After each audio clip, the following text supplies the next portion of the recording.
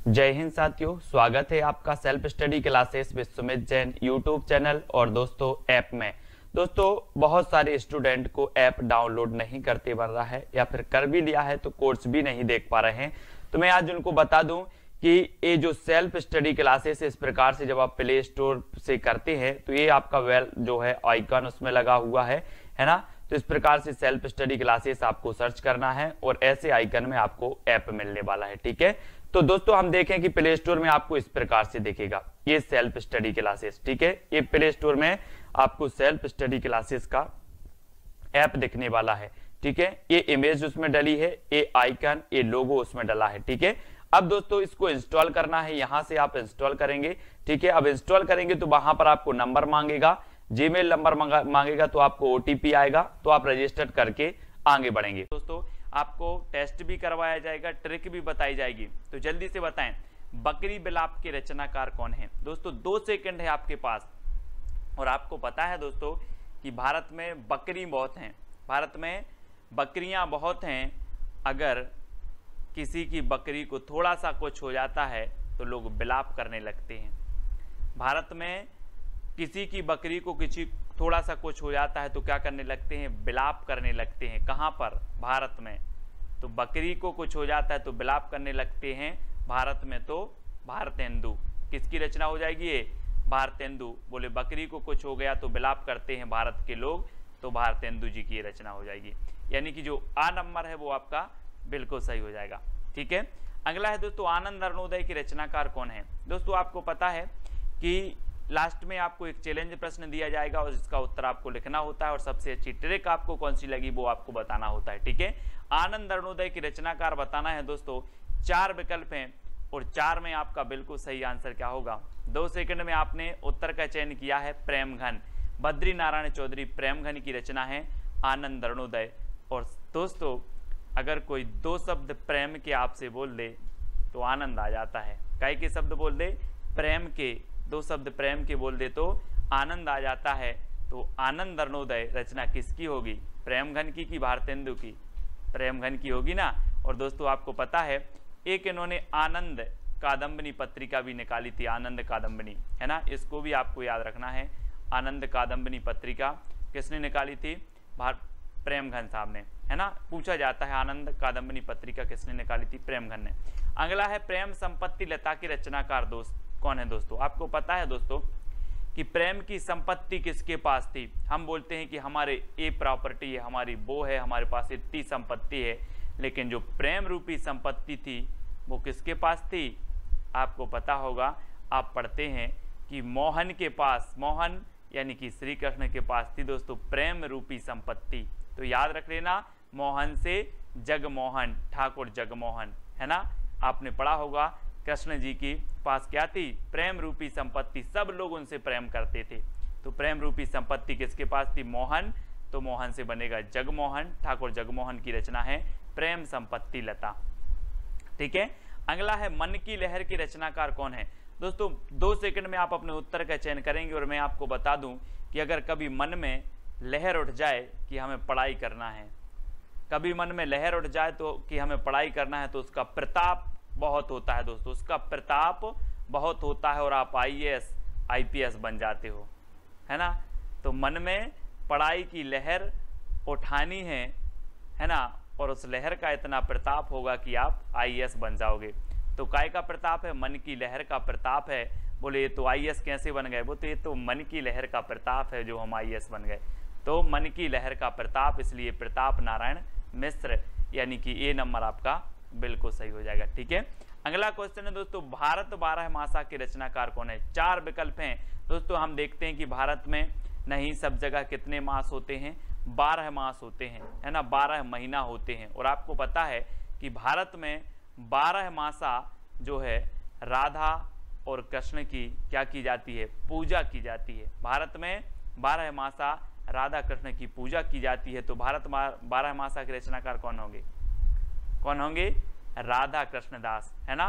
बोले सर भारत में 12 मासा राधा और कृष्ण की पूजा की जाती है, इसलिए राधा कृष्ण दास इसके रचयिता हो जाएंगे। ठीक है, पावस 50 की रचनाकार कौन है दोस्तों? 4 विकल्प हैं। तब तक मैं आपको बता दूं कि यहाँ पर ये क्या आ रहा है, पाँव, है ना, और ये क्या आ रहा है, 50। अब आपको पाँव 50 बार पढ़ना है, किसके, अम्बे।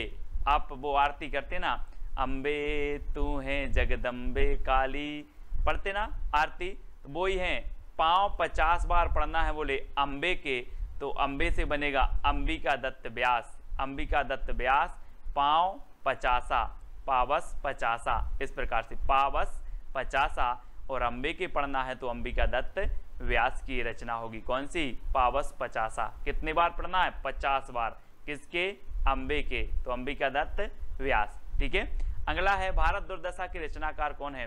दोस्तों आपको पता है कि भारत दुर्दशा, है ना, अब यहाँ पर भारत आ रहा है और भारत दुर्दशा, तो ये भी रचना किसकी होगी, भारतेंदु की होगी, है ना, भारत दुर्दशा भारतेंदु जी की रचना है ना। भारत भारती मैथिली शरण गुप्त की रचना है, भारत दुर्दशा भारतेंदु की है ना, कभी कभी कंफ्यूज हो जाते लोग, इस प्रकार से आपका डी नंबर बिल्कुल सही हो जाएगा।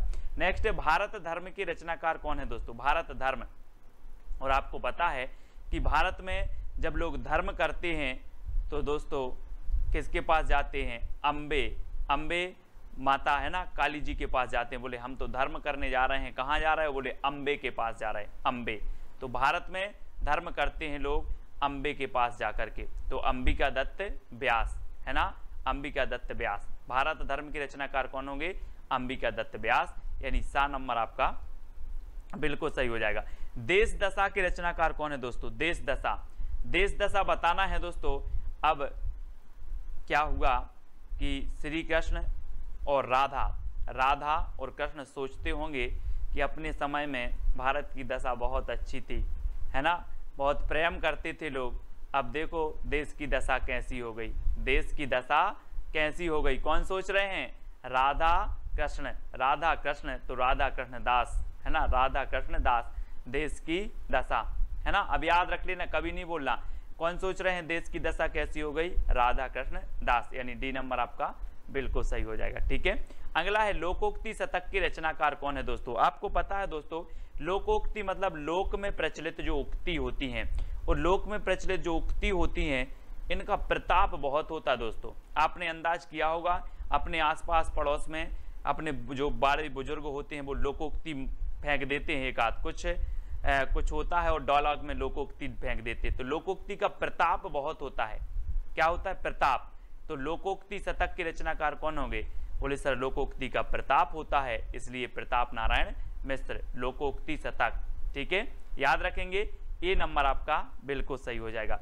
अगला है दोस्तों दशरथ विलाप। दशरथ विलाप की रचनाकार कौन है, 4 विकल्प हैं, और दोस्तों आपको पता है कि जो दशरथ विलाप है, ये दशरथ विलाप भारत के लोगों ने देखा कि अमेरिका के लोगों ने देखा। जब रामायण चल रही थी लॉकडाउन में, तो क्या चल रही थी, रामायण, और रामायण में जब वनवास हुआ राम जी को तो दशरथ विलाप कर रहे थे, और दशरथ विलाप कर रहे थे तो ये भारत के लोगों ने देखा, भारत के जन बच्चों ने देखा, तो दशरथ विलाप के रचनाकार कौन होंगे, भारत के ने देखा तो भारतेंदु, है ना, अमेरिका वालों ने तो नहीं देखा, है ना, भारत के लोगों ने देखा तो भारतेंदु। ठीक है, अगला है वर्षा विनोद और फूलों के गुच्छा के रचनाकार कौन है। दोस्तों आपको याद रख लेना है, भारतेंदु को भारत से जोड़ना है, बस भारतेंदु को भारत से। और आपको पता है कि भारत में ऐसी वर्षा होती है, ऐसी वर्षा होती है कि पेड़ों में एक फूल नहीं पूरा गुच्छा ही फूलता है ना।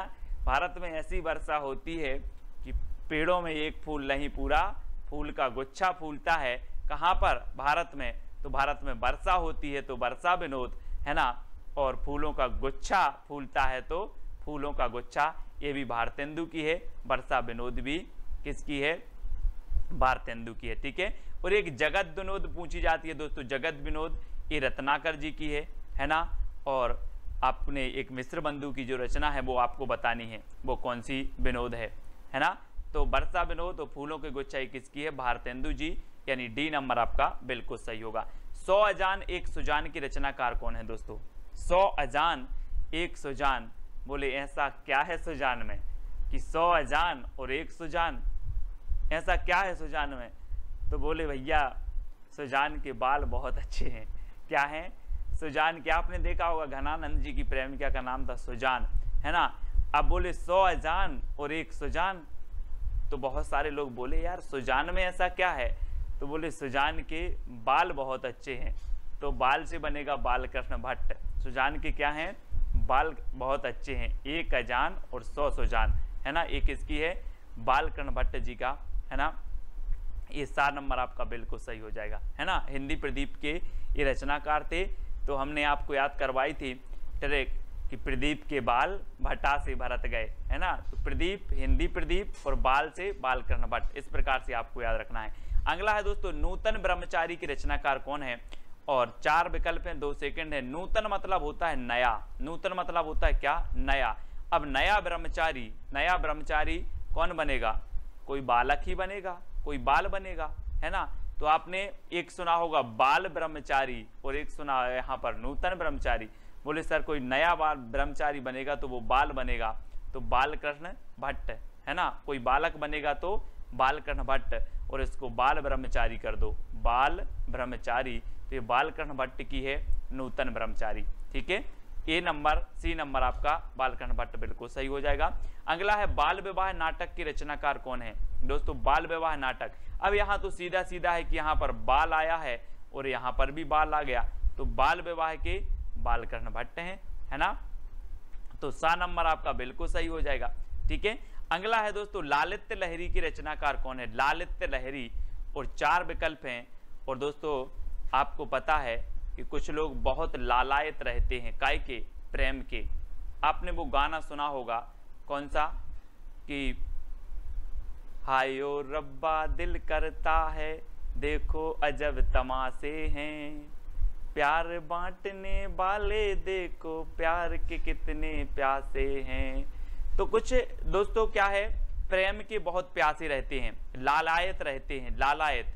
तो ये लालित्य से लालायत, है ना। तो लालित्य लहरी, अभी आपने साहित्य लहरी पढ़ी होगी, है ना, लेकिन अब लालित्य लहरी, तो ये लालित्य लहरी से लालायत, बोले लालायत रहते हैं काय के, प्रेम के। तो ये प्रेम की रचना है, प्रेम घन की रचना है, यानी 12 नंबर आपका बिल्कुल सही हो जाएगा, ठीक है। लालायत रहते हैं काय के, प्रेम के, तो लालित्य लहरी प्रेम घन की है ना। और ललित ललाम एक पूछी जाती है, ललित ललाम मतीराम की रचना, है ना। तो ललित ललाम रीतिकाल में मतीराम की है, लालित लहरी ये भारतेंदु युग में प्रेम घन की है, क्योंकि लालित से लालायत रहते हैं प्रेम के, ठीक है। श्यामा लता और श्यामा सरोजनी एक इसकी रचना है दोस्तों। आपको श्यामा से श्याम, और श्याम कृष्ण को बोलते हैं, और कृष्ण का दूसरा नाम क्या है, मोहन। तो मोहन की होगी जगमोहन सिंह ठाकुर, है ना। श्यामा लता और श्यामा सरोजनी, है ना। तो श्याम किसको बोलते हैं, मोहन को। तो ठाकुर जगमोहन सिंह की दोनों रचना है, श्यामा लता और श्यामा सरोजनी, ठीक है। किसकी है, जगमोहन सिंह की। अगला क्वेश्चन है बंदर सभा के रचनाकार कौन है दोस्तों। आपको पता है दोस्तों कि भारत में बंदर की भी सभा होती है, भारत में बंदर की भी सभा होती है, अमेरिका में नहीं होती। कहाँ होती है, भारत में। तो भारत में बंदर सभा होती है, तो बंदर सभा के रचनाकार कौन होंगे, कौन होंगे, बंदर सभा भारत में होती है तो कौन होंगे, भारतेंदु की प्रेम घन, भारतेंदु होगी ना, भारत में होती है बंदर सभा, तो भारतेंदु जी की रचना है, ठीक है। अगला क्वेश्चन है देवयानी के रचनाकार कौन है दोस्तों। देवयानी, देव यानी क्या होता है, देव यानी, बोले सर देव यानी होता है मोहन, यानी कि कृष्ण जी। देव यानी मोहन, देव यानी मोहन। अब बोलते ना कि देव यानी क्या होता है, देव का मतलब क्या होता है, ऐसे करते ना। तो देव यानी मोहन, देव यानी मोहन, ठीक है। तो देवयानी के रचनाकार कौन होंगे, जगमोहन सिंह, ठाकुर जगमोहन सिंह, ठीक है। इस प्रकार से याद रखेंगे। अगला है अलौकिक लीला के रचनाकार कौन है दोस्तों। आपको पता है कि पहले क्या करते थे, जो भगवान थे वो क्या करते थे, प्रेम करते थे, तो बोले ये तो अलौकिक लीला है। भगवान प्रेम करते थे तो अलौकिक लीला है। तो क्या करते थे, प्रेम, तो प्रेम से प्रेम घन, अलौकिक लीला, है ना। बोले ये तो अलौकिक लीला है, प्रेम की अलौकिक लीला, प्रेम की अलौकिक लीला, याद रख लेना इस प्रकार से, प्रेम की अलौकिक लीला। सबसे पहली जो आपकी रचना है वैदेही वनवास और प्रिय प्रवास की रचनाकार कौन है। 2 सेकंड आपको दिए जाएंगे, आपको उत्तर कमेंट में लिखना है। और दोस्तों जब तक मैं आपको बता दूं कि वनवास किसको हुआ था, अयोध्या के राजा राम को हुआ था। किसको हुआ था? अयोध्या के राजा राम को वनवास हुआ था, है ना। तो अयोध्या से उपाध्याय आपका उत्तर होगा। और जब ये वनवास हुआ तो ये अपने प्रिय को लेकर प्रवास कर गए थे, वन को प्रवास कर गए थे, है ना। तो प्रिय को, तो प्रिय प्रवास, है ना। और अयोध्या के राजा किसको? राम को वनवास हुआ था, तो वैदेही वनवास हुआ था अयोध्या के राजा राम को। तो अयोध्या से उपाध्याय हरिऔध की रचना होगी। और ये प्रिय को ले गए थे, तो प्रिय प्रवास भी इन्हीं की रचना होगी। ठीक है। अब दोस्तों याद रख लेना है, ये दोनों ही रचना वैदेही वनवास और प्रिय प्रवास किसकी हैं? उपाध्याय हरिऔध जी की हैं।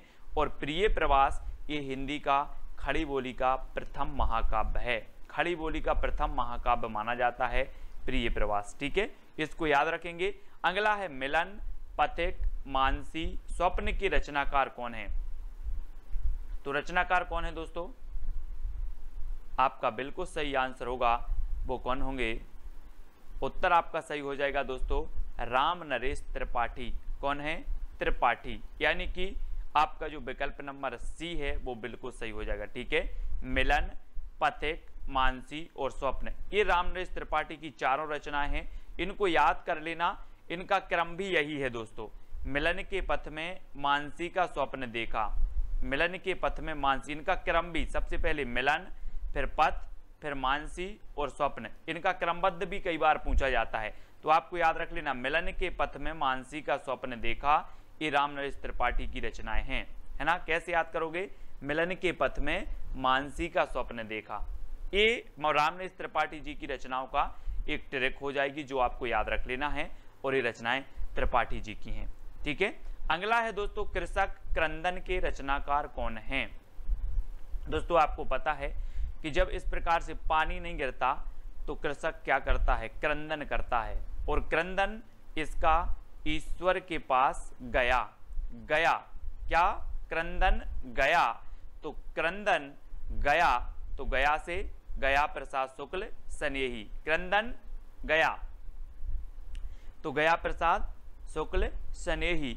तो कृषक का क्रंदन गया, तो गया प्रसाद शुक्ल स्नेही की रचनाकार जो है कृषक क्रंदन की रचनाकार हो जाएंगे। इस प्रकार से अब कभी भी आपकी रचना पूछेगी, बोली कृषक क्रंदन, तो आपको याद आएगा क्रंदन गया, तो गया प्रसाद शुक्ल स्नेही। अगला हिंडोला की रचनाकार कौन है दोस्तों? 4 विकल्प है, 4 में से आपको बताना है। और आपको पता है कि आपको याद कर लेना है जगन्नाथ का हिंडोला, जगन्नाथ का हिंडोला, यानी कि जो सी नंबर है वो बिल्कुल सही हो जाएगा, जगन्नाथ का हिंडोला। तो हिंडोला रचना और ये किसकी हो जाएगी? जगन्नाथ दास रत्नाकर। ये देखो चित्र में जगन्नाथ का हिंडोला, जगन्नाथ का हिंडोला।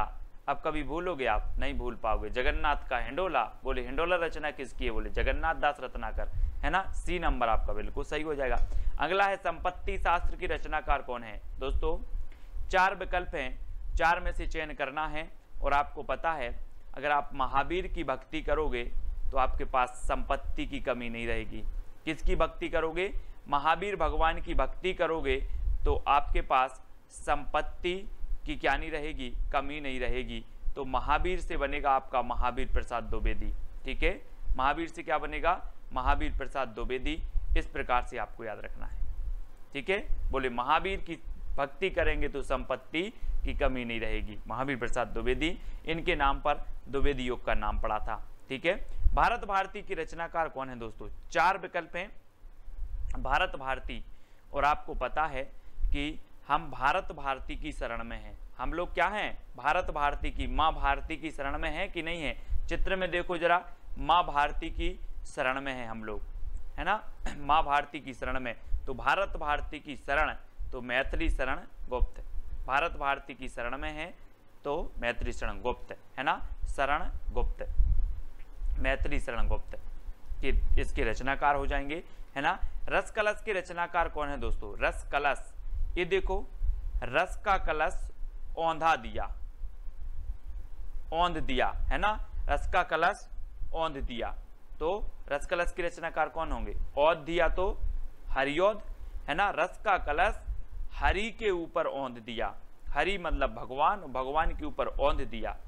तो रस कलश हरि के ऊपर औंध दिया। चित्र में देखो, हरि के ऊपर औंध दिया, है ना, औंध दिया ना, तो हरिऔध, रस कलश रचनाकार हरिऔध की है। ठीक है, अगला है काव्य मंजूषा के रचनाकार कौन है। दोस्तों 4 विकल्प हैं, 4 सेकंड में आप उत्तर बताएंगे। ट्रिक भी आपके सामने है कि महावीर का काव्य मंजूषा पढ़ती है। महावीर का काव्य कौन पढ़ती है, मंजूषा पढ़ती है। तो काव्य मंजूषा महावीर प्रसाद द्विवेदी, यानी डी नंबर आपका बिल्कुल सही हो जाएगा। अब महावीर का काव्य मंजूषा पढ़ती है, याद रखेंगे आप, महावीर का काव्य मंजूषा पढ़ती है ना। तो काव्य मंजूषा के रचनाकार जो होंगे वो महावीर प्रसाद द्विवेदी होंगे।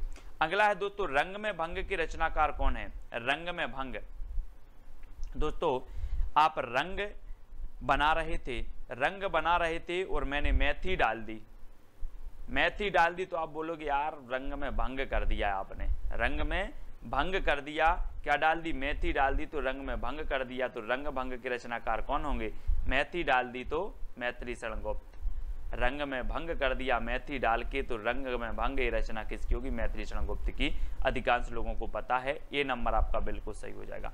ठीक है, अगला है शंकर सरोज और शंकर सर्वस्व के रचनाकार कौन है।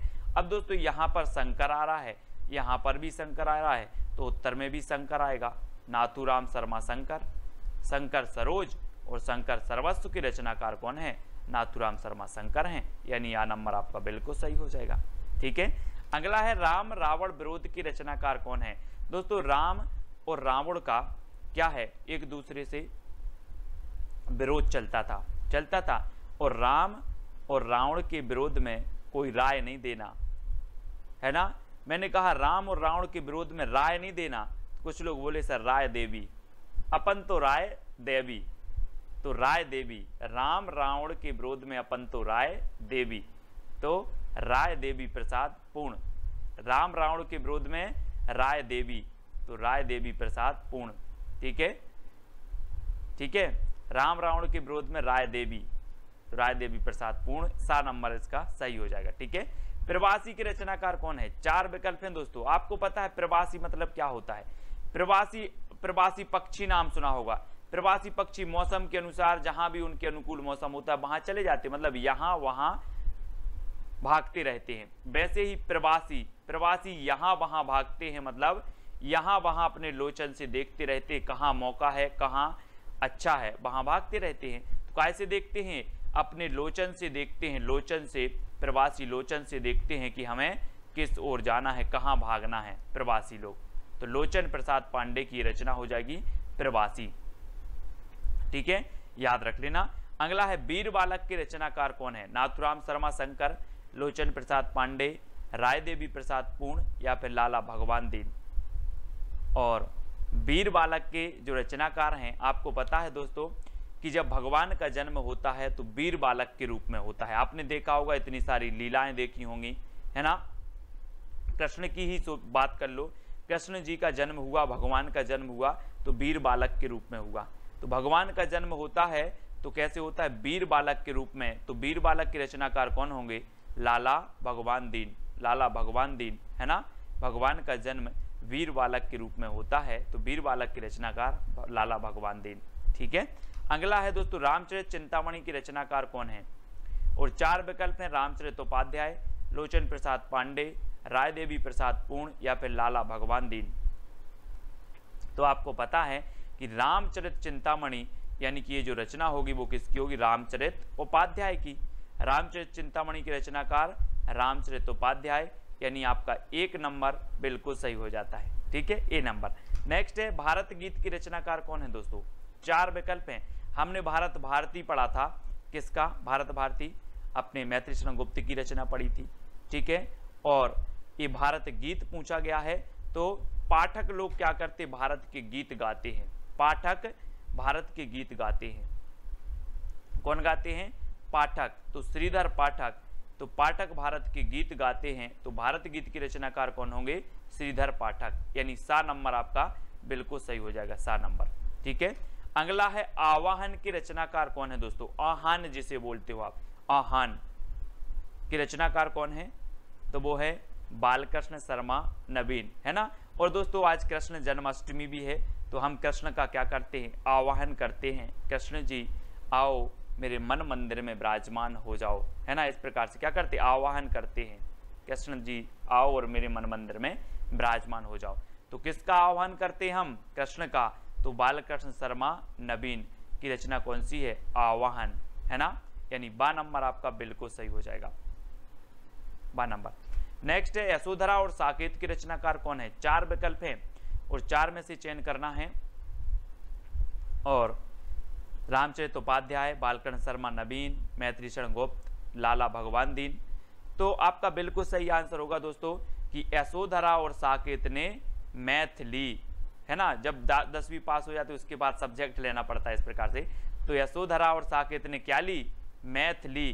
तो यशोधरा और साकेत की रचनाकार कौन होंगे, मैथिली शरण गुप्त, मैथिली शरण गुप्त। अब याद रख लेना, यशोधरा और साकेत ने मैथिली, यशोधरा और साकेत ने क्या ली, मैथिली। तो मैथिली शरण गुप्त की रचना होगी। एक खंड काव्य है यशोधरा और ये साकेत महाकाव्य है, इसमें 12 सर्ग हैं, है ना, याद रखना। और 12वें सर्ग में उर्मिला और लक्ष्मण का मिलन भी है। नेक्स्ट है स्वदेशी कुंडल की रचनाकार कौन है। दोस्तों अब अगर कोई कुंडल खरीदना है, किसी को मतलब सोने के कुंडल खरीदना है, तो अपन क्या करेंगे, स्वदेशी की राय दोगे कि चाइना के खरीदवा दोगे। स्वदेशी की राय देवी, स्वदेशी की राय देवी। बोले सर अपन तो स्वदेशी की राय देवी, है ना, स्वदेशी की राय देवी। तो स्वदेशी कुंडल राय देवी, राय देवी प्रसाद पूर्ण, स्वदेशी की राय देवी। काय की राय देवी, स्वदेशी की। तो 7 नंबर आपका बिल्कुल स्वदेशी कुंडल के रचनाकार कौन हो जाएंगे, राय देवी प्रसाद पूर्ण। बिकट भट्ट के रचनाकार कौन है दोस्तों, बिकट भट्ट। 4 विकल्प हैं और 4 में आपको याद रखना है कि रामचरित उपाध्याय की है, बालकृष्ण शर्मा नवीन की है, मैथिली शरण गुप्त की है या फिर लाला भगवान दीन की है। तो याद रख लेना है आपको, आपका सही उत्तर हो जाएगा मैथिली शरण गुप्त की। मैथिली का विकेट गिर गया, मैथिली का विकट गिर गया, मैथिली का दे देखो विकट गिर गया। तो बिकट भट्ट की रचनाकार कौन होंगे, बोले सर मैथिली का विकट गिर गया, विकट गिर गया तो मैथिली शरण गुप्त, ठीक है, विकट गिर गया और बिकट भट्ट मैथिली शरण गुप्त, है ना। अगला है उद्धव शतक और गंगा अवतरण की रचनाकार कौन है। रामचरित उपाध्याय, जगन्नाथ दास रत्नाकर, मैथिली शरण गुप्त या फिर लाला भगवान दीन। 4 विकल्प हैं, 4 में से आपको चयन करना है। वीडियो को लाइक करना है और आपको शेयर भी करना है, ठीक है। और आपका बिल्कुल सही आंसर होगा कि उद्धव शतक और गंगा अवतरण की रचनाकार हैं जगन्नाथ दास रत्नाकर। रत्नाकर ने गंगा अवतरण में शतक लगाया, रत्नाकर ने गंगा अवतरण में शतक लगाया, गंगा अवतरण से गंगा अवतरण शतक लगाया तो उद्धव शतक, ठीक है। रत्नाकर ने कब लगाया, गंगा अवतरण में शतक लगाया। रामायणी महाकाव्य की रचनाकार कौन है। 4 विकल्प हैं, 2 सेकंड में आप अपने उत्तर का बताना है दोस्तों। और यहाँ पर चित्र में देखना दोस्तों, एक कामायनी रचना है और ये महाकाव्य है। और आपको पता है कि आप कामना करने जाते हो कहाँ पर, जय शंकर की प्रसाद, शंकर जी के पास जाते हो ना, भगवान मुझे परीक्षा पास करवा देना, तो क्या करने जाते हो, कामना करने जाते हो। तो कामायनी महाकाव्य किसका होगा, शंकर जी के पास जाते हो तो जय शंकर प्रसाद, ठीक है। और एक कामायनी दोस्तों आपको ये आपको रचना दिख रहा है, ये रचना है, ये बुक है और ये जयशंकर प्रसाद जी की है, ठीक है। और ये महाकाव्य है, कितने सर्गों का महाकाव्य है, 15 सर्गों का महाकाव्य है दोस्तों। और 1935 में ये प्रकाशित हुआ था, ठीक है। तो याद रख लेना, छायावाद का श्रेष्ठ महाकाव्य माना जाता है। लोकायतन महाकाव्य के रचनाकार कौन है दोस्तों। 4 विकल्प हैं दोस्तों, महाकाव्य लोकायतन और कामायनी, ये दोनों ही छायावाद के महाकाव्य हैं। और आपको बताना है 2 सेकंड में। और इसकी जो ट्रैक है दोस्तों, लोक में सुमित्रा आए हैं, लोक में सुमित्रा आए हैं, तो लोक में तो लोकायतन और सुमित्रा आए हैं तो सुमित्रा नंदन पंत। ये सुमित्रा नंदन पंत का महाकाव्य माना जाता है दोस्तों लोकायतन, ठीक है। यानी बी नंबर आपका सही हो जाएगा। आपको ट्रिक याद रखनी है, लोक में सुमित्रा आए हैं, लोक से लोकायतन और सुमित्रा से सुमित्रा नंदन पंत, ठीक है। पल्लव के रचनाकार कौन है दोस्तों। 4 विकल्प हैं, जब तक मैं आपको बता दूं कि जो पल्लव है इसे छायावाद का घोषणा पत्र, छायावाद का मैनिफेस्टो कहा जाता है। पंत जी की प्रसिद्धि का आधार भी कौन सा है, पल्लव ग्रंथ है। और ये किसकी है, पंत जी की है, सुमित्रा नंदन पंत। और इन्हें प्रकृति का चेतेरा कवि भी कहा जाता है ना, प्रकृति का सुकुमार कवि प्रकृति का चेतेरा कवि, और दोस्तों सुमित्रा से पल्लव पड़ा है। आप बोलते ना कि किससे पाला पड़ गया यार, वही है, सुमित्रा से पाला पड़ा है, सुमित्रा से पल्लव पड़ा है। ठीक है, तो सुमित्रा से पल्लव पड़ा तो सुमित्रा नंदन पंत की रचना हो जाएगी पल्लव। तुलसीदास के रचनाकार कौन है? 4 विकल्प हैं, जयशंकर प्रसाद, सुमित्रा नंदन पंत, निराला, महादेवी वर्मा। और आपको पता है दोस्तों तुलसीदास एक श्रेष्ठ कवि हैं और तुलसीदास रचना भी है, तो तुलसीदास निराला कवि है, तुलसीदास निराला कवि है, तो तुलसीदास तो निराला कवि है ही दोस्तों, और तुलसीदास जो रचना है ये भी निराली रचना है, यानी कि निराली से और निराला से आपका निराला सा नंबर सही हो जाएगा। आपको याद रख लेना तुलसीदास निराला कवि है। ठीक है, तो ये तुलसीदास रचना निराला की हो जाएगी। ठीक है, अगला है दोस्तों राम की शक्ति पूजा के रचनाकार कौन है? बहुत ही बढ़िया रचना है और मोस्ट इंपॉर्टेंट है दोस्तों।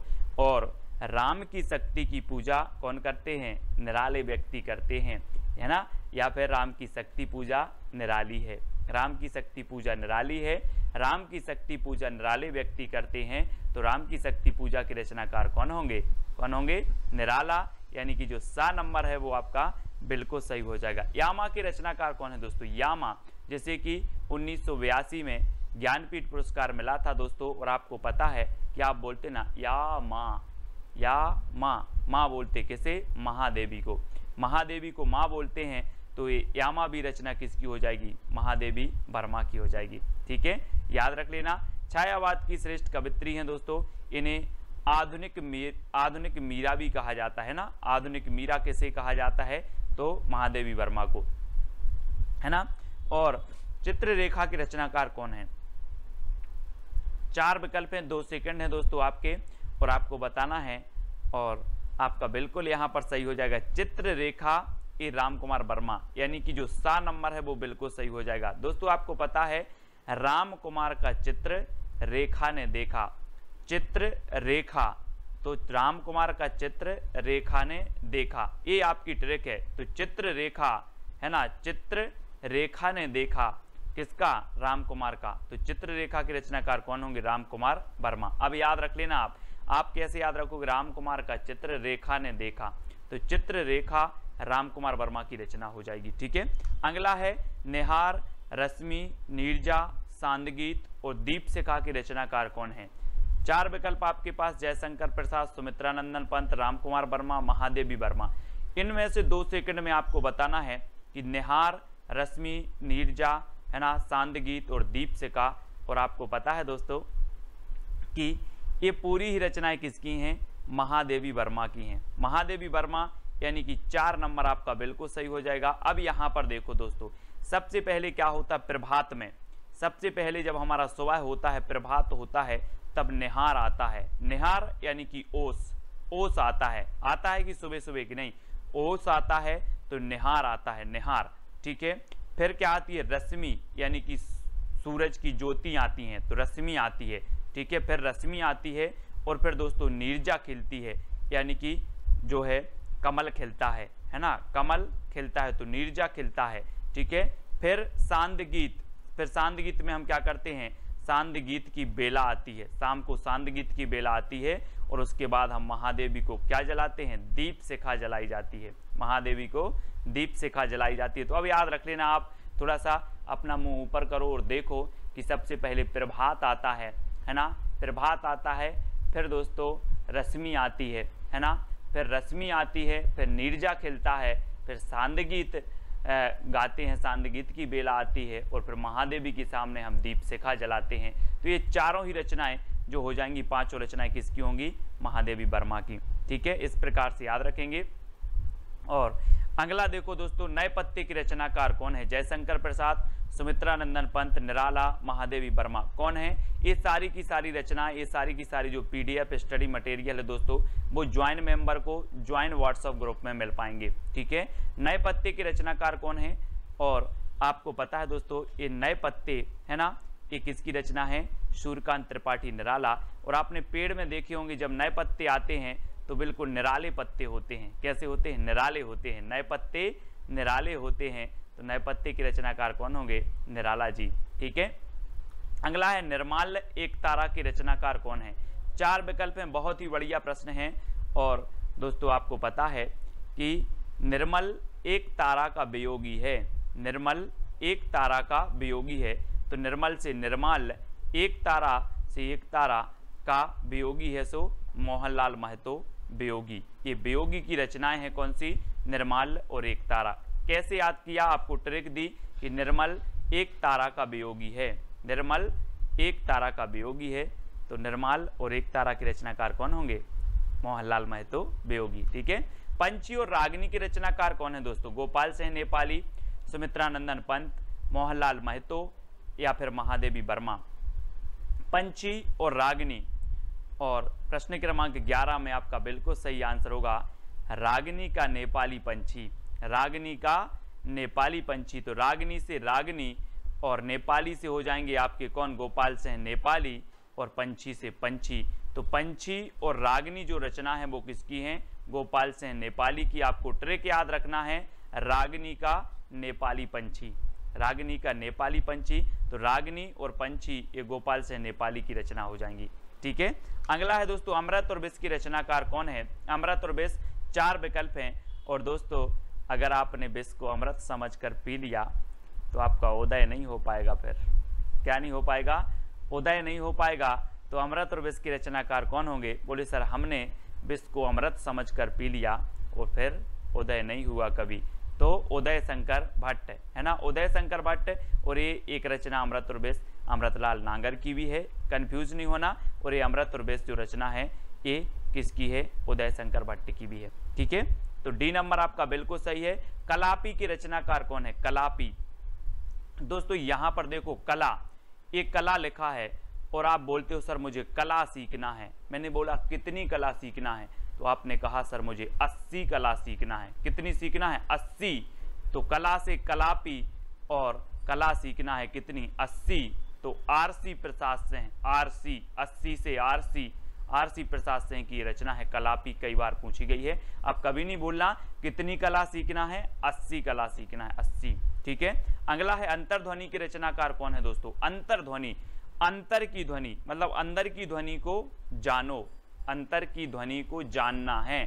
तो जानना है तो जनार्दन झा, जनार्दन है ना, अंतर्ध्वनि को क्या करना है? जानना है, जनार्दन, जनार्दन झा द्वैज की रचना हो जाएगी बी नंबर। अंतर्ध्वनि के रचनाकार कौन है आपसे पूछा जाएगा तो आप बोलोगे सर अंतर की ध्वनि को जानना है तो जनार्दन झा।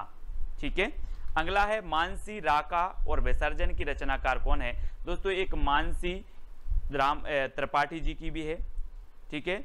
और याद रख लेना है, और ये मानसी जो रचना है ये आपकी उदय शंकर भट्ट की भी है। ठीक है। ऐसे आप याद रखेंगे मानसी, राका और विसर्जन। मानसी रुको, उदय शंकर का विसर्जन मत करना। मानसी रुको, उदय शंकर का विसर्जन मत करना। तो मानसी से मानसी, रुको से राका और विसर्जन से विसर्जन। मानसी, राका और विसर्जन है ना। और अमृत और विष ये 4 रचनाएं इनकी हैं कौन की? उदय शंकर भट्ट की। मानसी रुको, उदय शंकर का विसर्जन मत करना। मानसी रुको, उदय शंकर का विसर्जन मत करना। ये किसकी रचनाएं हो गई? उदय शंकर भट्ट, यानी डी नंबर आपका बिल्कुल सही हो जाएगा। ठीक है। अगला है कुकुरमुत्ता के रचनाकार कौन है? 4 विकल्प हैं दोस्तों। जरा इस चित्र को देखो, कुकुरमुत्ता ये किसकी है? ये देखो बिल्कुल निराला होता है दोस्तों। ये कुकुरमुत्ता देखो कैसा छत्ता सा बना है, निराला ही होता है। आप देखो जरा निराला, ये निराला होता है कुकुरमुत्ता। तो ये कुकुरमुत्ता के रचनाकार कौन होंगे? निराला है ना। बोले सर कुकुरमुत्ता चित्र में देखा ये निराला होता है, तो निराला की रचना हो जाएगी, ये सूर्यकांत त्रिपाठी निराला। ठीक है। अगला देखो खादी के फूल की रचनाकार कौन है? 4 विकल्प हैं, और दोस्तों ये संयुक्त रचना मानी जाती है 2 कवियों की। और वो कवि कौन से हैं? बच्चन के पंती ने खादी के फूल पहने। अपन बोलते ना नाती पंती, तो बच्चन के पंती ने खादी के फूल पहने, याद रख लेना है ना। बच्चन के पंती ने खादी के फूल पहने, तो ये खादी के फूल रचना है और बच्चन के पंती ने पहनी। तो बच्चन और पंत, बच्चन और पंत की ये संयुक्त रचना मानी जाती है दोनों की, यानी कि विकल्प नंबर आपका सा जो है वो बिल्कुल सही हो जाएगा। खादी के फूल बच्चन के पंती ने पहले, है ना, बच्चन के पंती ने खादी के फूल पहने, ये ट्रिक है आपकी। तो खादी के फूल जो रचना है ये बच्चन और पंत की हो जाएगी, ठीक है, इसको आप याद रखेंगे।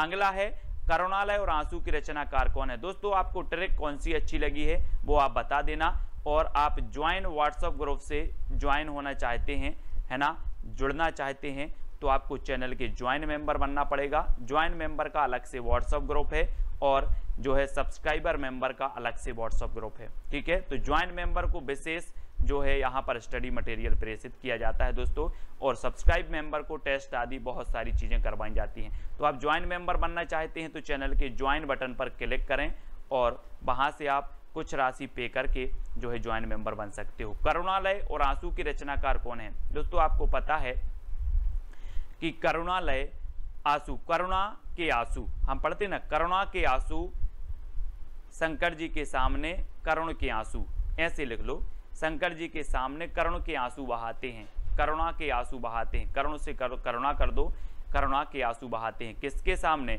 शंकर जी के सामने। तो शंकर जी यानी कि जयशंकर प्रसाद। वैसे तो करुणालय और आंसू सभी को पता होगा, लेकिन याद रख लें कि जो है शंकर जी के सामने करुणा के आंसू बहाते हैं, करुणा के आंसू, तो करुणालय और आंसू, ठीक है। इस प्रकार से कामायनी इनकी हम रचना पढ़ चुके हैं, ठीक है। करुणालय भी है, आंसू भी है, झरना भी है, और वसी एक इनकी रचना भी है, ठीक है। तो इनको भी आपको याद रखेंगे। और यहाँ पर शंकर जी के सामने करुणा के आंसू बहाते हैं। लहर, झरना और उर्वशी की रचनाकार कौन है दोस्तों। 4 विकल्प हैं, 4 में से आपको बताना है, और यहाँ पर आपका जो बिल्कुल सही आंसर हो जाएगा वो क्या हो जाएगा, लहर। यहाँ पर देखो दोस्तों ये शंकर जी बैठे हुए हैं, है ना, शंकर जी बैठे हैं और यहाँ से इनके जटों से लहर निकली। तो लहर निकली तो मानो ऐसा लग रहा था कि झरना निकला है, कोई झरना, है ना। और जब लोगों ने देखा तो लोगों के उर बसी, लोगों के उर मतलब हृदय, और हृदय में बसी। तो ऐसी लहर निकली कि झरना लग रहा था, और जब झरना लोगों ने देखा तो लोगों के उर बसी। तो कहाँ से, शंकर जी की जटाओं से। आप बोलते ना कि गंगा निकली है।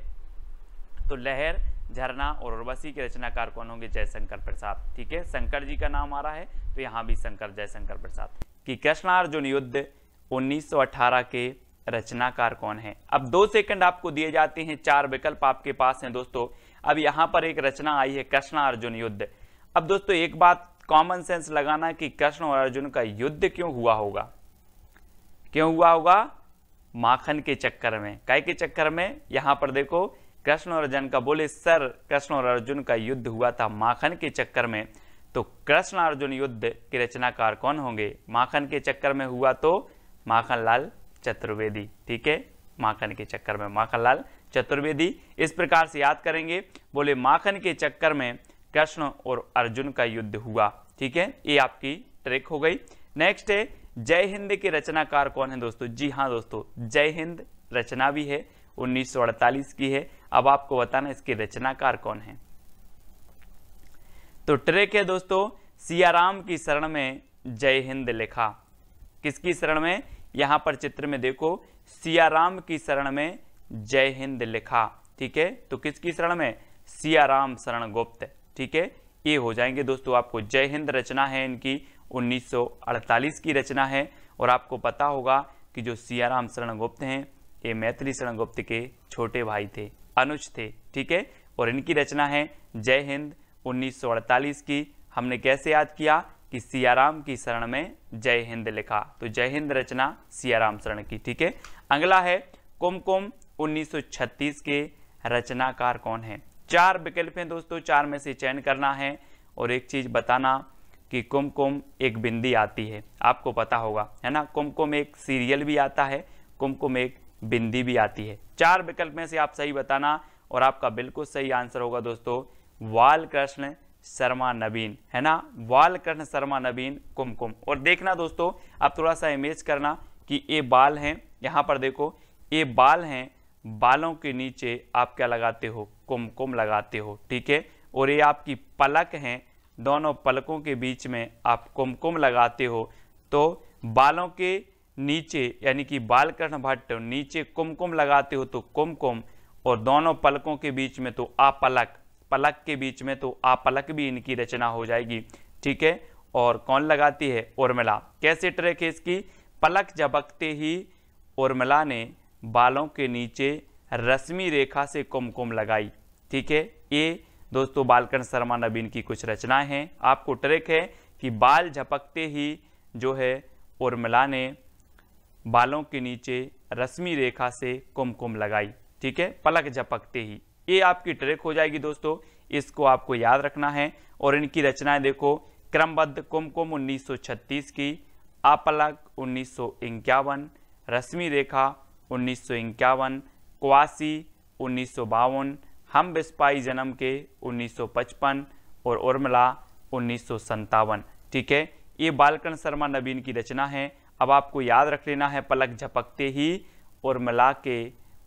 उर्मिला ने बालों के नीचे रश्मि रेखा से कुमकुम लगाई। ठीक है, ये चीज आपको याद रखनी है और इनकी रचनाएं याद हो जाती हैं, साथ ही क्रमबद्ध भी हैं, सन भी आपको दिए हैं। ठीक है, ये उर्मिला हैं और पलक झपकते ही, तो उर्मिला से उर्मिला, पलक से आपलक, बालों के नीचे कुमकुम, तो ये कुमकुम। ठीक है, तो इस प्रकार से आपको याद कर लेना है इनकी रचनाएं, और इसके पहले के बहुत सारे जो वीडियो हैं वो आपको जरूर देखना है दोस्तों। ठीक है, बिखरे मोती और त्रिधारा के रचनाकार कौन है? 4 विकल्प हैं, सुभद्रा कुमारी चौहान, सियाराम शरण गुप्त, बालकृष्ण शर्मा नवीन या फिर रामधारी सिंह दिनकर। और आपको पता है दोस्तों, ट्रिक भी मैंने नीचे दी है कि सुभद्रा के बिखरे मोती की त्रिधारा निकली। सुभद्रा के जो बिखरे मोती थे उनकी कितनी धारा निकली? त्रिधारा निकली। किसकी? सुभद्रा।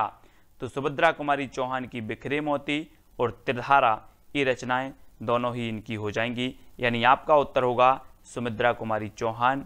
आ नंबर आपका बिल्कुल सही हो जाएगा। ठीक है, परशुराम की प्रतीक्षा के रचनाकार कौन है? 4 विकल्प हैं, पहला है सुभद्रा कुमारी चौहान, सियाराम शरण गुप्त, बालकृष्ण शर्मा नवीन या फिर रामधारी सिंह दिनकर। और आपको पता है दोस्तों कि रामधारी सिंह दिनकर को अनल का कवि कहा जाता है, ओज का कवि कहा जाता है। और परशुराम की प्रतीक्षा इनकी दोस्तों बहुत ही बढ़िया रचना है, कई बार पूछी गई है। नीचे ट्रिक दी है कि परशुराम की प्रतीक्षा में उर्वशी और रश्मि ने कुरुक्षेत्र में हुंकार भरी, है ना।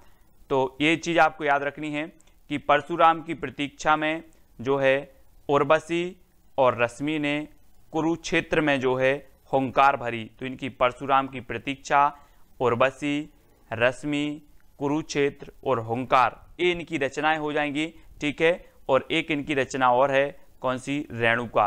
रेणुका भी आपको याद रख लेनी है। ठीक है, इन्हीं की है, दिनकर जी की। और उर्वशी के लिए दोस्तों इन्हें 1978 में ज्ञानपीठ पुरस्कार भी मिला है। ठीक है, तो याद रखेंगे, क्या याद रखना? परशुराम की प्रतीक्षा में उर्वशी और रश्मि ने कुरुक्षेत्र में हुंकार भरी। ठीक है, ये चीज आपको याद रखनी है।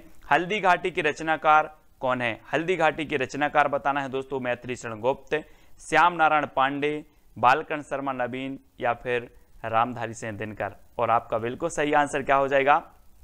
हल्दी घाटी के जो रचनाकार हैं वो है श्याम नारायण पांडे। श्याम नारायण पांडे। अब एक चीज याद रख लेना दोस्तों, एक रचना है श्याम सगाई। श्याम सगाई रचना किसकी है? नंददास की रचना है। और श्याम की सगाई में दोस्तों हल्दी जरूर लगेगी। क्या लगेगी? हल्दी लगेगी। तो हल्दी लगेगी, तो हल्दी घाटी के रचनाकार कौन होंगे? श्याम। श्याम की सगाई में हल्दी लगेगी। ठीक है, श्याम की सगाई में क्या लगेगी? हल्दी लगेगी। तो हल्दी घाटी जो रचना है वो किसकी होगी? श्याम नारायण पांडे। श्याम आएगा। ठीक है, श्याम नारायण पांडे। और श्याम सगाई ये नंददास की रचना है, ये चीज भी आपको याद रखनी है ना। अब मैं पूछूंगा हल्दी किसको लगेगी?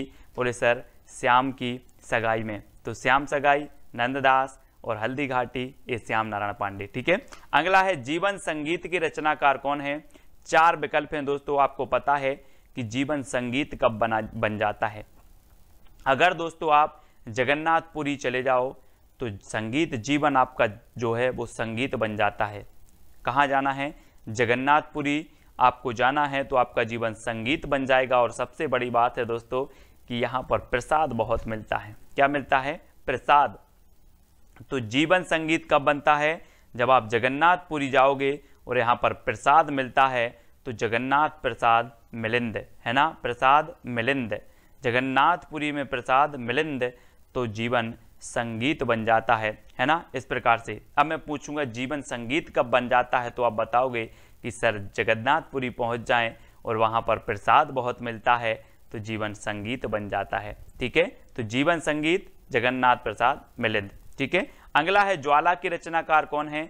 4 विकल्प हैं दोस्तों, मैथिली शरण गुप्त, श्याम नारायण पांडे, जगन्नाथ प्रसाद मिलिंद या फिर केदारनाथ मिश्र। प्रभात आपको पता होगा कि दोस्तों केदारनाथ में जब बाढ़ आई थी तो सभी लोगों ने वहाँ पर जितने लोगों की मृत्यु हुई थी, जितने लोग बह गए थे, कुछ लोग बेघर हो गए थे, है ना, उनके लिए श्रद्धांजलि के लिए क्या जलाई थी, ज्वाला जलाई थी, ज्वाला, है ना। ये देखो यहाँ पर ज्वाला जलाई थी, कहाँ के लिए, केदारनाथ के लिए। तो ज्वाला के रचनाकार कौन होंगे, केदारनाथ मिश्र। प्रभात, अब यहाँ अग्रवाल नहीं जोड़ना, सिंह नहीं जोड़ना, ये केदारनाथ मिश्र प्रभात हैं जिनकी रचना है ज्वाला। ठीक है, ये चीज आपको याद रखनी है। अगला है साहित्य देवता के रचनाकार कौन है। 4 विकल्प हैं और आपको पता है दोस्तों कि साहित्य देवता को आपको माखन देना पड़ेगा तभी ये सारी रचनाएं याद होंगी, है ना। बोले साहित्य देवता माखन खा लो लेकिन ये रचनाएं याद हो जाएं, है ना। अब सभी लोग माखन खवा देना साहित्य देवता को, तो माखन खवा देना तो माखनलाल चतुर्वेदी, है ना, याद रख लेना। अब साहित्य देवता को प्रसन्न करना है तो माखन खवाना पड़ेगा, माखन, है ना। तो साहित्य देवता के रचनाकार माखन खवाना पड़ेगा तो माखनलाल चतुर्वेदी। 1942 की ये रचना है। अगला है मौर्य विजय के रचनाकार कौन है दोस्तों। 4 विकल्प हैं और आपने रामायण बहुत देखी है। मैथिली शरण गुप्त हैं, श्याम नारायण पांडे हैं, जगन्नाथ प्रसाद मिलिंद हैं या फिर सियाराम शरण गुप्त हैं। और आपको पता होगा दोस्तों कि जब श्री राम विजय प्राप्त करके आए तो इन्हें मौर्य मुकुट लगाया गया। क्या लगाया गया, मौर्य मुकुट लगा गया, किसे, सियाराम को, श्री राम को। ठीक है, तो सियाराम शरण गुप्त की रचना होगी कौन सी, मौर्य विजय। बोले मौर्य विजय प्राप्त करे आए तो मौर्य मुकुट लगाए। देखो चित्र में मौर्य मुकुट लगाया गया, ये क्या करके आए थे, ये दोस्तों विजय प्राप्त करके आए थे। तो सियाराम शरण गुप्त की रचना होगी कौन सी, मौर्य विजय। इसको अब याद रखेंगे। अगला है कैदी और कोकिला के रचनाकार कौन है। मैथिली शरण गुप्त हैं, श्याम नारायण पांडे या फिर जगन्नाथ प्रसाद मिलिंद या माखनलाल चतुर्वेदी। तो आपको पता है दोस्तों कैदी और कोकिला को हमें क्या खिलाना है, माखन खिलाना है। बहुत ही प्रसिद्ध रचना हुई है दोस्तों ये माखनलाल चतुर्वेदी जी की, कैदी और कोकिला, है ना। और कैदी और कोकिला को हमें माखन खवा देना है तो माखनलाल चतुर्वेदी। ठीक है, माखनलाल चतुर्वेदी की रचना है कैदी और कोकिला। ठीक है, अगला है सभा का खेल के रचनाकार कौन है दोस्तों। सभा के खेल, और आपको पता है दोस्तों कि विभिन्न प्रकार की सभा होती है लेकिन कई सभा में लोगों के भद्रा भी उतर जाते हैं। अपन बोलते हैं ना सभा में आज उसके भद्रा उतर गए। तो सभा का खेल और सभा में भद्रा उतर जाते हैं तो सुभद्रा कुमारी चौहान। सभा का खेल के रचनाकार कौन होंगे, सुभद्रा कुमारी चौहान, है ना। बोले सर सभा में तो भद्रा उतर जाते हैं तो सुभद्रा, भद्रा से सुभद्रा कुमारी चौहान। ठीक है, डी नंबर आपका बिल्कुल सही हो जाएगा। नेक्स्ट है नूरजहां की रचनाकार कौन है। मैथिली शरण गुप्त, श्याम नारायण पांडे, गुरु भक्त सिंह या फिर सुभद्रा कुमारी चौहान। नूरजहां, और आपको पता है दोस्तों कि नूरजहां आदि के चक्कर में कौन नहीं पड़ते, वो नहीं पड़ते, कौन, गुरु भक्त। गुरु भक्त नूरजहां के पीछे नहीं पड़ते, चक्कर में नहीं पड़ते, कौन, गुरु भक्त लोग। इन्हें सिर्फ भक्ति से काम होता है तो गुरु भक्त सिंह। ठीक है, नूरजहां के रचनाकार कौन होंगे, बोले सर नूरजहां के चक्कर में भक्त लोग नहीं पड़ते, गुरु भक्त नहीं पड़ते तो गुरु भक्त सिंह। ठीक है, इस प्रकार से याद करेंगे और ये सिर्फ याद करने का माध्यम है। ठीक है, अगला है कुड़ाल के रचनाकार कौन है। मैथिली शरण गुप्त हैं, श्याम नारायण पांडे, सोहनलाल द्विवेदी या फिर सुभद्रा कुमारी चौहान। और बहुत ही बढ़िया ये प्रश्न है दोस्तों, कुणाल के रचनाकार कौन है, सोहनलाल द्विवेदी, यानी कि आपका सही उत्तर होगा विकल्प नंबर सी। ठीक है, सोहनलाल द्विवेदी। अगला है आत्म बलिदान के रचनाकार कौन है। मैथिली शरण गुप्त हैं, श्याम नारायण पांडे, बालकन शर्मा नवीन या फिर सुभद्रा कुमारी चौहान। दोस्तों आपको पता है अगर मैं बोलूं कि आप आत्म बलिदान कर दो, बोलो सर मैं आत्म बलिदान तो कर दूंगा लेकिन मेरे बालों के बलिदान की मत बोलना, मेरे बालों की बलिदान की मत बोलना, मैं सब कुछ बलिदान कर दूंगा, बालों के बलिदान की मत बोलना। तो आत्म बलिदान की रचनाकार कौन होंगे, बालकृष्ण भट्ट। बाल की मत नहीं, बाल की मत बोलना, है ना, ठीक है। तो बालकृष्ण भट्ट हमने याद किया था दोस्तों, एक हिंदी प्रदीप की रचनाकार थे बालकृष्ण भट्ट। ये बालकृष्ण शर्मा नवीन है, लेकिन हिंदी प्रदीप के हमने देखे थे कि प्रदीप के बाल भट्टा से भरत गए, है ना। तो प्रदीप यानी हिंदी प्रदीप और हिंदी प्रदीप के संपादक बालकृष्ण भट्ट। उसी प्रकार से आत्म बलिदान तो हम कर देंगे, लेकिन बालों का बलिदान की मत बोलना। तो आत्म बलिदान के रचनाकार कौन होंगे? बाल से होगा बालकृष्ण शर्मा नवीन, ठीक है। अगला है तक्षशिला के रचनाकार कौन है?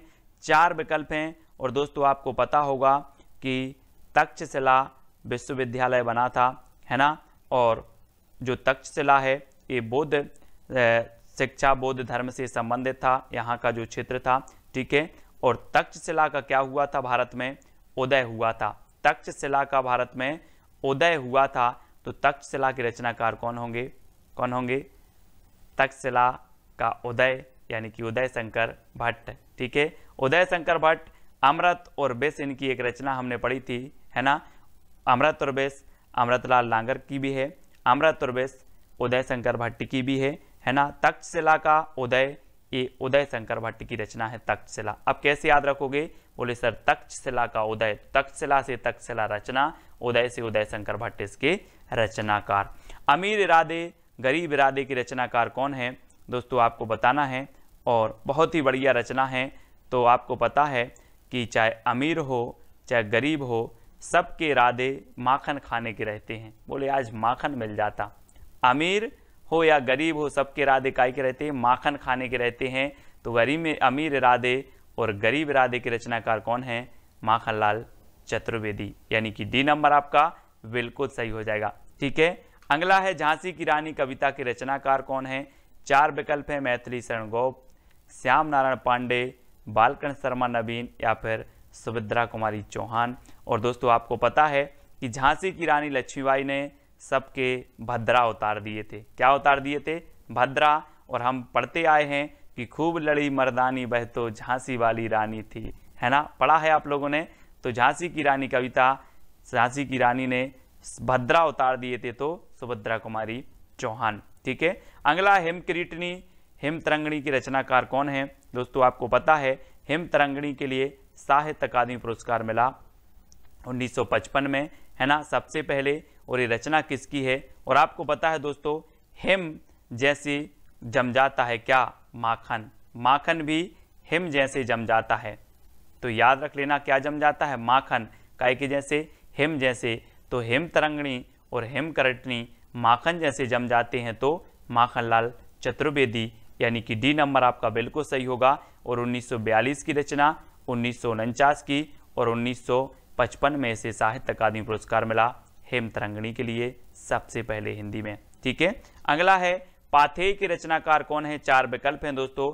और आपको पता है कि दोस्तों सिया राम को जब क्या हुआ, वनवास हुआ, तो इनके बहुत सारे पाथेय बने, है ना। आपने नाम सुना होगा, बोले केवट के भाग्य खुल गए, केवट भी पाथेय बना। ऐसे अनेकों ऋषि मुनि थे जो सिया राम के पाथेय बने। कौन के? सिया राम के पाथेय बने। तो पाथेय के रचनाकार कौन होंगे? सियाराम शरण गुप्त, सियाराम शरण गुप्त, ठीक है। तो सियाराम के पाथेय इस प्रकार से आपको याद रख लेना। बोले सियाराम के बहुत सारे पाथेय बने। नींद के बादल 1947 के रचनाकार कौन है? 4 विकल्प हैं आपके सामने, केदारनाथ अग्रवाल, सुमित्रानंदन पंत, दिनकर या फिर नागार्जुन। तो आपको पता होगा दोस्तों कि 2013 में केदारनाथ में क्या आई थी? बाढ़ आई थी। केदारनाथ में बाढ़ आई थी। ऐसा लग रहा था कि बादल जो है नींद में सो गए हैं, है ना। तो नींद के बादल कहाँ आए थे? केदारनाथ में। नींद के बादल आए थे केदारनाथ में। तो नींद के बादल के जो रचनाकार होंगे वो कौन होंगे? केदारनाथ अग्रवाल। और यहाँ पर देखो केदारनाथ में नींद के बादल आए और यहाँ पर तबाही मची थी, है ना। तो केदारनाथ में नींद के बादल, इस प्रकार से आपको याद रखना है, ठीक है। अब आपसे कभी भी पूछा जाएगा नींद के बादल के रचनाकार कौन है, तो आप बता दोगे सर नींद के बादल तो केदारनाथ में आए थे, मतलब केदारनाथ अग्रवाल, ठीक है। हिल्लोल के रचनाकार कौन है दोस्तों? 4 विकल्प हैं। और आपको पता है कि केदारनाथ जाना जाता है दोस्तों, शिव का एक धाम है, शिव जी का एक धाम है केदारनाथ। और जब केदारनाथ में बाढ़ आई, केदारनाथ में दोस्तों जब पानी की बाढ़ आई तो हिलोर लग रही थी। देखो चित्र में हिलोर लग रही थी, किसे लग रही थी? शिव जी को हिलोर लग रही थी, शिव जी को। तो हिलोर से हिल्लोल, और हिल्लोल के रचनाकार कौन होंगे? शिव मंगल सिंह सुमन। यानी कि आपका जो विकल्प नंबर सी है वो बिल्कुल सही हो जाएगा, क्योंकि क्या लग रही थी शिव को? हिलोर लग रही थी, हिलोल। ठीक है, इस प्रकार से यानी कि जो सा नंबर है वो आपका बिल्कुल सही हो जाएगा। नेक्स्ट है दोस्तों, मिट्टी की बारात के रचनाकार कौन है? त्रिलोचन, शिव मंगल सिंह सुमन, दोनों, या फिर नागार्जुन। आपको कमेंट में बताना है। और आपको पता है दोस्तों कि शिव जी की जब बारात निकली तो बाराती जो थे भभूत लगाए थे, मिट्टी की भभूत लगाए थे, है ना, भूत भी बारात में आए थे। तो ऐसा लग रहा था कि जैसे मिट्टी की बारात आ रही हो, जैसे मिट्टी की बारात आ रही हो। किसकी? शिव जी की। तो मिट्टी की बारात की रचना किसकी होगी? शिव मंगल सिंह सुमन। और त्रिलोचन भी कहा जाता है दोस्तों किसको? शिव को। तो त्रिलोचन की भी ये रचना है, शिव मंगल सिंह सुमन की रचना है ना। कौन सी? मिट्टी की बारात। तो अब आपको याद रख लेना है मिट्टी की बारात किसकी आ रही थी? बोले सर त्रिलोचन की या फिर शिव जी की। तो शिव मंगल सिंह सुमन और त्रिलोचन। ठीक है, यानी कि आपका उत्तर सी नंबर बिल्कुल सही हो जाएगा। अगला क्वेश्चन है दोस्तों, राह के दीपक 1947 की रचनाकार कौन है? त्रिलोचन, शिव मंगल सिंह सुमन, रांगे राघव, या फिर नागार्जुन। तो आपको पता है राह के दीपक कौन बने? राह के दीपक, यहां से देखो जरा चित्र में, श्री राम जी आगे आगे चलकर ये राह के दीपक बने हैं। कौन? राघव, है ना। राघव बोलते हैं ना, रघुपति राघव सीताराम। तो राघव क्या बने? राह के दीपक बने। इस प्रकार से राह के दीपक बने राघव। तो राह के दीपक के रचनाकार कौन होंगे? रांगे राघव। ठीक है, रांगे राघव, यानी कि सा नंबर आपका बिल्कुल सही हो जाएगा। ठीक है, अब दोस्तों आपको लास्ट में वीडियो के बताना है कि कौन सी ट्रिक सबसे अच्छी लगी, है ना, कौन सी रचना आपको सबसे ज्यादा याद हुई है। और इसके पहले के वीडियो अगर आपने नहीं देखे हैं तो वीडियो जरूर देखें। तालाब की मछलियां के रचनाकार कौन है दोस्तों? 4 विकल्प हैं और आपको पता है कि तालाब की मछलियां कौन खा गया? तालाब की मछलियां नाग खा गया। ये नाग है और तालाब की मछलियां नाग खा गया। तो तालाब की मछलियां कौन खा गया? नाग। तो नागार्जुन। ठीक है, नाग से नागार्जुन, यानी कि सा नंबर आपका बिल्कुल सही होगा। तालाब की मछलियां ये रचना किसकी होगी? बोले सर तालाब की मछलियां नाग खा गया। तो तालाब की मछलियां की रचनाकार नागार्जुन। ठीक है, इस प्रकार से याद रखेंगे। और अगला है दोस्तों, कदली बन, हंसमाला, मिट्टी और फूल के रचनाकार कौन है? ये प्रगतिवादी रचनाएं हैं। त्रिलोचन है, शिवमंगल सिंह सुमन, नागार्जुन, या फिर नरेंद्र शर्मा है। तो आपको बताना है और आपकी सुंदर सी ट्रिक है कि नरेंद्र ने कदली वन में मिट्टी और फूलों की माला बनाई। कहां पर? किसने बनाई? नरेंद्र ने। तो नरेंद्र शर्मा कदली वन में, तो कदली वन मिट्टी और फूलों की, तो मिट्टी और फूल और माला से हंसमाला। ठीक है, तो हंसमाला ये रचना हो जाएंगी किसकी? नरेंद्र शर्मा की। अब याद रख लेना है कि नरेंद्र ने कदली वन में मिट्टी और फूलों की माला बनाई। ये आप याद रखेंगे तो नरेंद्र शर्मा की जितनी भी रचनाएं हैं वो आपको याद हो जाएंगी। ठीक है, अगला है दोस्तों, युगवाणी ग्राम्या के रचनाकार कौन है? 4 विकल्प हैं। सुमित्रानंदन पंत जी हैं, शिवमंगल सिंह सुमन हैं, नागार्जुन, या फिर नरेंद्र शर्मा हैं। तो युग की वाणी और ग्राम्या, इसके रचनाकार कौन माने जाते हैं? आपको पता है दोस्तों, सुमित्रानंदन पंत ये प्रगतिवाद के प्रवर्तक माने जाते हैं। और युगांत, युगवाणी, ये जो रचनाएं हैं ग्राम्या, ये किसकी हो जाएंगी? ये हो जाएंगी आपकी दोस्तों आपके सुमित्रानंदन पंत जी की। पंत जी यानी कि जो आ नंबर है वो आपका बिल्कुल सही हो जाएगा, ग्राम्या और युगवाणी। ठीक है, तो ये चीज आपको याद रखनी है, ये नंबर आपका बिल्कुल सही हो जाएगा। अगला है दोस्तों, पिघलते पत्थर 1946 के रचनाकार कौन है? आपको पता है दोस्तों कि पत्थर कैसा भी हो, या पत्थर दिल बोलते ना अपन, कि वो तो पत्थर दिल है। कोई भी पत्थर दिल हो रघुवीर के पास आ जाए तो पिघलते पत्थर भी पिघल जाते हैं, पत्थर दिल भी पिघल जाते हैं। तो पिघलते पत्थर कहाँ पर? पिघलते पत्थर कहाँ पर?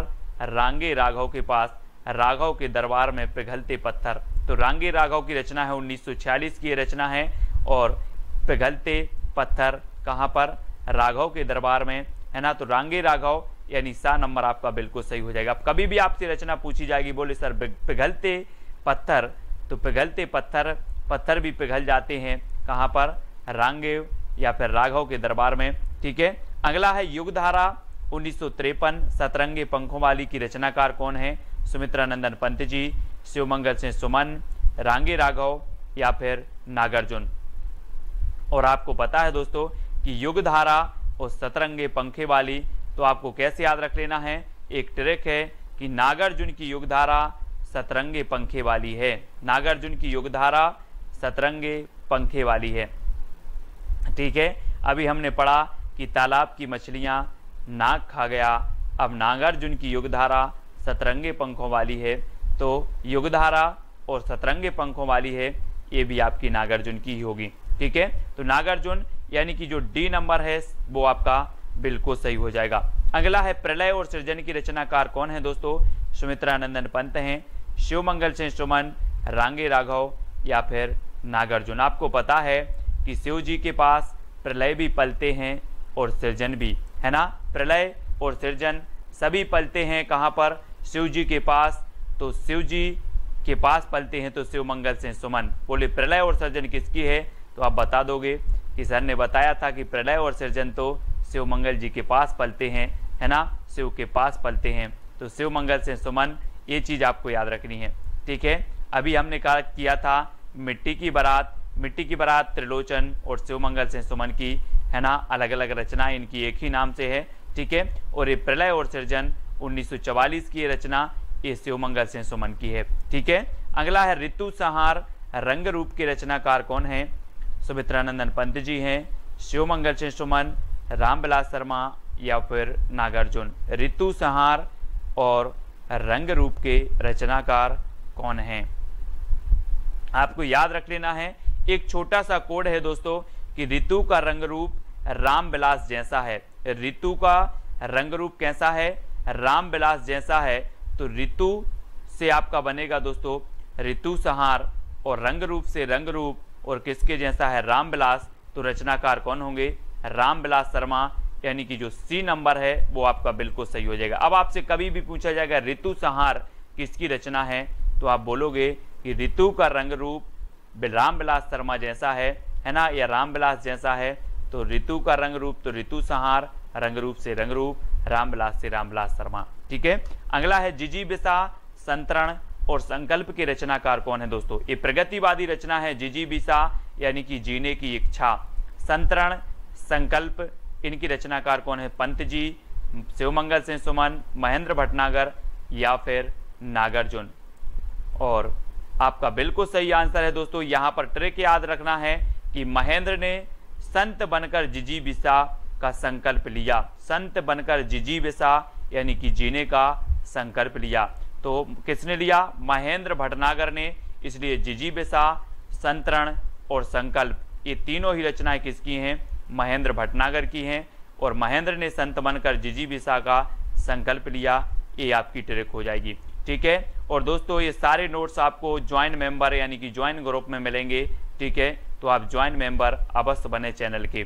ठीक है, अगला है गुलाब और बुलबुल के रचनाकार कौन है, सुमित्रानंदन पंत हैं, शिवमंगल सिंह सुमन हैं, महेंद्र भटनागर या फिर त्रिलोचन। तो गुलाब और बुलबुल के रचनाकार बताना है। गुलाब और बुलबुल ने त्रिलोचन की पूजा की, किसकी पूजा की, गुलाब और बुलबुल ने त्रिलोचन की पूजा की, यानी कि त्रिलोचन की रचना हो जाएंगी गुलाब और बुलबुल। ठीक है, ये एक ही रचना है गुलाब और बुलबुल, और दोस्तों ये त्रिलोचन की रचना है। ठीक है, त्रिलोचन, गुलाब और बुलबुल ने किसकी पूजा की, त्रिलोचन की। ठीक है, अगला है विश्वास बढ़ता गया पर आंखें नहीं भरी। विश्वास बढ़ता गया ये अलग रचना है, पर आंखें नहीं भरी ये अलग है, लेकिन आप पढ़ते हो कि विश्वास बढ़ता गया पर आंखें नहीं भरी, है ना। शिव को देखते देखते दर्शन करते करते विश्वास बढ़ता गया, पर दर्शन से दोस्तों आंखें नहीं भरी, आंखें नहीं भरी, ऐसा लगता कि शिव के दर्शन करते ही रहें। तो शिव को देखते देखते विश्वास बढ़ता गया पर आंखें नहीं भरी, ये आपकी ट्रिक है। शिव पर विश्वास बढ़ता गया पर आंखें नहीं भरी। ये दोनों ही रचना शिवमंगल सिंह सुमन की हैं, शिवमंगल सिंह सुमन की, है ना। विश्वास बढ़ता गया पर आंखें नहीं भरी। ठीक है, तो ये चीज आपका बी नंबर आपका बिल्कुल सही हो जाएगा, शिवमंगल सिंह सुमन। अगला है दोस्तों, तुमने कहा था खून और शोले, ये किसकी रचनाएं हैं? अभी तक आपने फ्लैशबैक शैली में कौन सी रचना पढ़ी होगी दोस्तों? फ्लैशबैक शैली में पढ़ी होगी उसने कहा था, है ना। उसने कहा था पढ़ी थी, किसकी है उसने कहा था? चंद्रधर शर्मा गुलेरी की। लेकिन आज आपको तुमने कहा था भी पढ़ना है। तुमने कहा था खून और शोले की रचनाकार कौन है? सुमित्रानंदन पंत जी हैं, शिवमंगल सिंह सुमन, महेंद्र भटनागर या फिर नागार्जुन है। तब आपका बिल्कुल सही यहाँ पर आंसर हो जाएगा, तुमने कहा था कि खून और शोले। खून और शोले ये नागार्जुन की रचना है दोस्तों, खून और शोले, है ना। किसने कहा था? नांग ने कहा था, नागार्जुन ने कहा था कि खून और शोले। अभी कम सोया है और शोले, तो तुमने कहा था खून और शोले ये रचनाएं हैं किसकी? नागार्जुन साहब की हैं। ठीक है, प्यासी पथराई आंखें नागार्जुन की है ना। इन सभी रचनाओं को याद रख लेना है। तुमने कहा था खून और शोले नागार्जुन जी की। ठीक है, बेला और नए पत्ते के रचनाकार कौन है? सुमित्रानंदन पंत जी हैं, निराला, महेंद्र भटनागर या फिर नागार्जुन। तो आपको पता है दोस्तों कि बेला हो या नए पत्ते हो या कुकुरमुत्ता हो, ये निराला जी की प्रगतिवादी रचनाएं मानी जाती हैं। आपको याद रख लेना है, आपसे क्वेश्चन पूछा जाएगा निम्न में से बताइए निराला की कौन सी रचना प्रगतिवादी है? तो आपको पता होगा बेला, नए पत्ते, कुकुरमुत्ता, ये इनकी प्रगतिवादी रचनाएं हैं। और कुकुरमुत्ता के नए पत्ते की बेला कैसी है? निराली है। तो कुकुरमुत्ता, नए पत्ते और बेला ये तीनों ही रचनाएं निराली से बनेगा आपका निराला। ठीक है, तो निराली हैं। ये आपकी ट्रिक है कि कुकुरमुत्ता के नए पत्ते की बेला निराली है। ठीक है, तो ऐसे याद रखेंगे। और बी नंबर आपका बिल्कुल सही होगा। पंख और पतवार के रचनाकार कौन है दोस्तों? पंख और पतवार, आपको पता है कि पंख और पतवार दोनों कहाँ चल रहे थे? कहाँ चल रहे थे? केदारनाथ में जब बाढ़ आई तो या तो पंख चल रहे थे, पंख यानी कि हेलीकॉप्टर उड़ रहे थे पंखा से, या फिर नाव की पतवार चल रही थी। कहाँ पर? केदारनाथ में। तो ये दो ही चीजें हो रही थी, बाकी और कुछ नहीं हो रहा था, पंख या तो पतवार। कहाँ? केदारनाथ। तो केदारनाथ अग्रवाल इसकी रचनाएं होंगे। अब कभी भी पूछा जाएगा कि पंख और पतवार के रचनाकार कौन है, तो आप बोलोगे कि पंख चल रहा था या फिर पतवार चल रही थी। कहाँ पर? केदारनाथ। तो केदारनाथ अग्रवाल। ठीक है, इस प्रकार से कटे अंगूठे के बंधनवार की रचनाकार कौन है? कटे अंगूठे सुमित्रानंदन पंत की है, निराला, केदारनाथ अग्रवाल या फिर शिवमंगल सिंह सुमन की है। कटे अंगूठे के बंधनवार, और बहुत ही बढ़िया है दोस्तों, अगर आप शिव की भक्ति करते हो तो आपके जो बंधनवार भी हैं वो सारे कट जाएंगे, है ना। कटे अंगूठे के बंधनवार, और हम करते करते शिव की भक्ति, ये आपके कट जाएंगे, यानी कि शिवमंगल सिंह सुमन आपका बिल्कुल सही हो जाएगा। बोले शिव की भक्ति करते करते कटे अंगूठे के बंधनवार, कटे अंगूठे के बंधनवार शिवमंगल सिंह सुमन। हजार हजार बाहों वाली की रचनाकार कौन है दोस्तों? सुमित्रानंदन पंत, नागार्जुन, केदारनाथ अग्रवाल, शिवमंगल सिंह सुमन। और आपको पता होगा कि हजार हजार बाहों वाला व्यक्ति भी आ जाए लेकिन नांग को नहीं पकड़ पाएगा। किसको नहीं पकड़ पाएगा? नांग को। तो ये रचना किसकी होगी? किसकी होगी? बोले सर हजार बाहों वाली भी आ जाएं तब भी नांग को नहीं पकड़ पाएंगे, तो नागार्जुन की रचना हो जाएगी हजार हजार बाहों वाली, यानी कि आपका जो बी नंबर है वो आपका बिल्कुल सही हो जाएगा। ठीक है, बी नंबर। अजय खंडहर के रचनाकार कौन है? अजय खंडहर बताना है दोस्तों, और 4 विकल्प हैं और आपको बताना है कि अजय कौन था। अजय कौन था? सुमित्रानंदन पंत, राघव थे, केदारनाथ थे या फिर शिवमंगल सिंह सुमन। आपको पता होगा कि जो राघव थे, राघव ये अजय थे, इन्हें जीता नहीं जा सकता था, है ना। राघव से आपका बनेगा रांगे राघव, और अजय से अजय खंडहर। अजय खंडहर के रचनाकार कौन होंगे? रांगे राघव, है ना। अब आपसे कभी पूछा जाएगा अजय खंडहर किसकी है, तो बोले सर अजय तो राघव थे, तो राघव को जीता नहीं जा सकता, तो रांगे राघव की रचना है अजय खंडहर। मैं वक्त के हूँ सामने की रचनाकार कौन है? 2 सेकंड आपको दिए जाएंगे, आपको उत्तर बताना है। मैं वक्त के हूँ सामने की रचनाकार कौन है? गिरजा कुमार माथुर, भवानी प्रसाद मिश्र, शमशेर बहादुर या फिर अज्ञे। तो मैंने आपको कई बार याद करवाया हूं दोस्तों कि वक्त के सामने क्यों खड़े हो, गिर जा। वक्त के सामने क्यों खड़े हो, गिर जाओ भाई। तो किसकी हो जी, गिरजा, तो गिरजा कुमार माथुर की, यानी कि ये नंबर आपका बिल्कुल सही हो जाएगा। और दोस्तों आपको पता है कि इसे 1991 में साहित्य अकादमी पुरस्कार भी मिला है। मैं वक्त के हूँ सामने के लिए गिरजा कुमार माथुर की रचना है और इसे 1991 में साहित्य अकादमी पुरस्कार मिल जाता है। ठीक है, अगला क्वेश्चन है प्लाट का मोर्चा के रचनाकार कौन है। अब 2 सेकंड आपको दिए जाते हैं और दोस्तों प्लाट के मोर्चे में कोई सियार को उतारोगे कि शेर को उतारोगे, जल्दी से बताना है।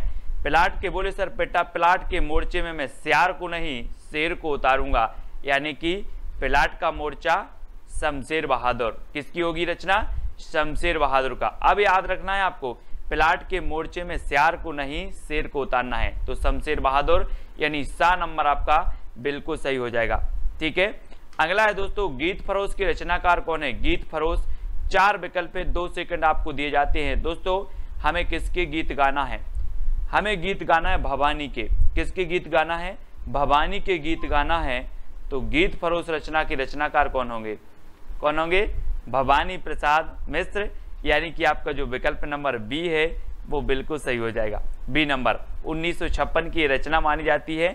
और अगला है दोस्तों आंगन के पार द्वार के रचनाकार कौन है, और 4 विकल्प हैं और आपका बिल्कुल सही आंसर हो जाएगा कि आंगन के द्वार पर कौन खड़े हैं, अज्ञेय खड़े हैं।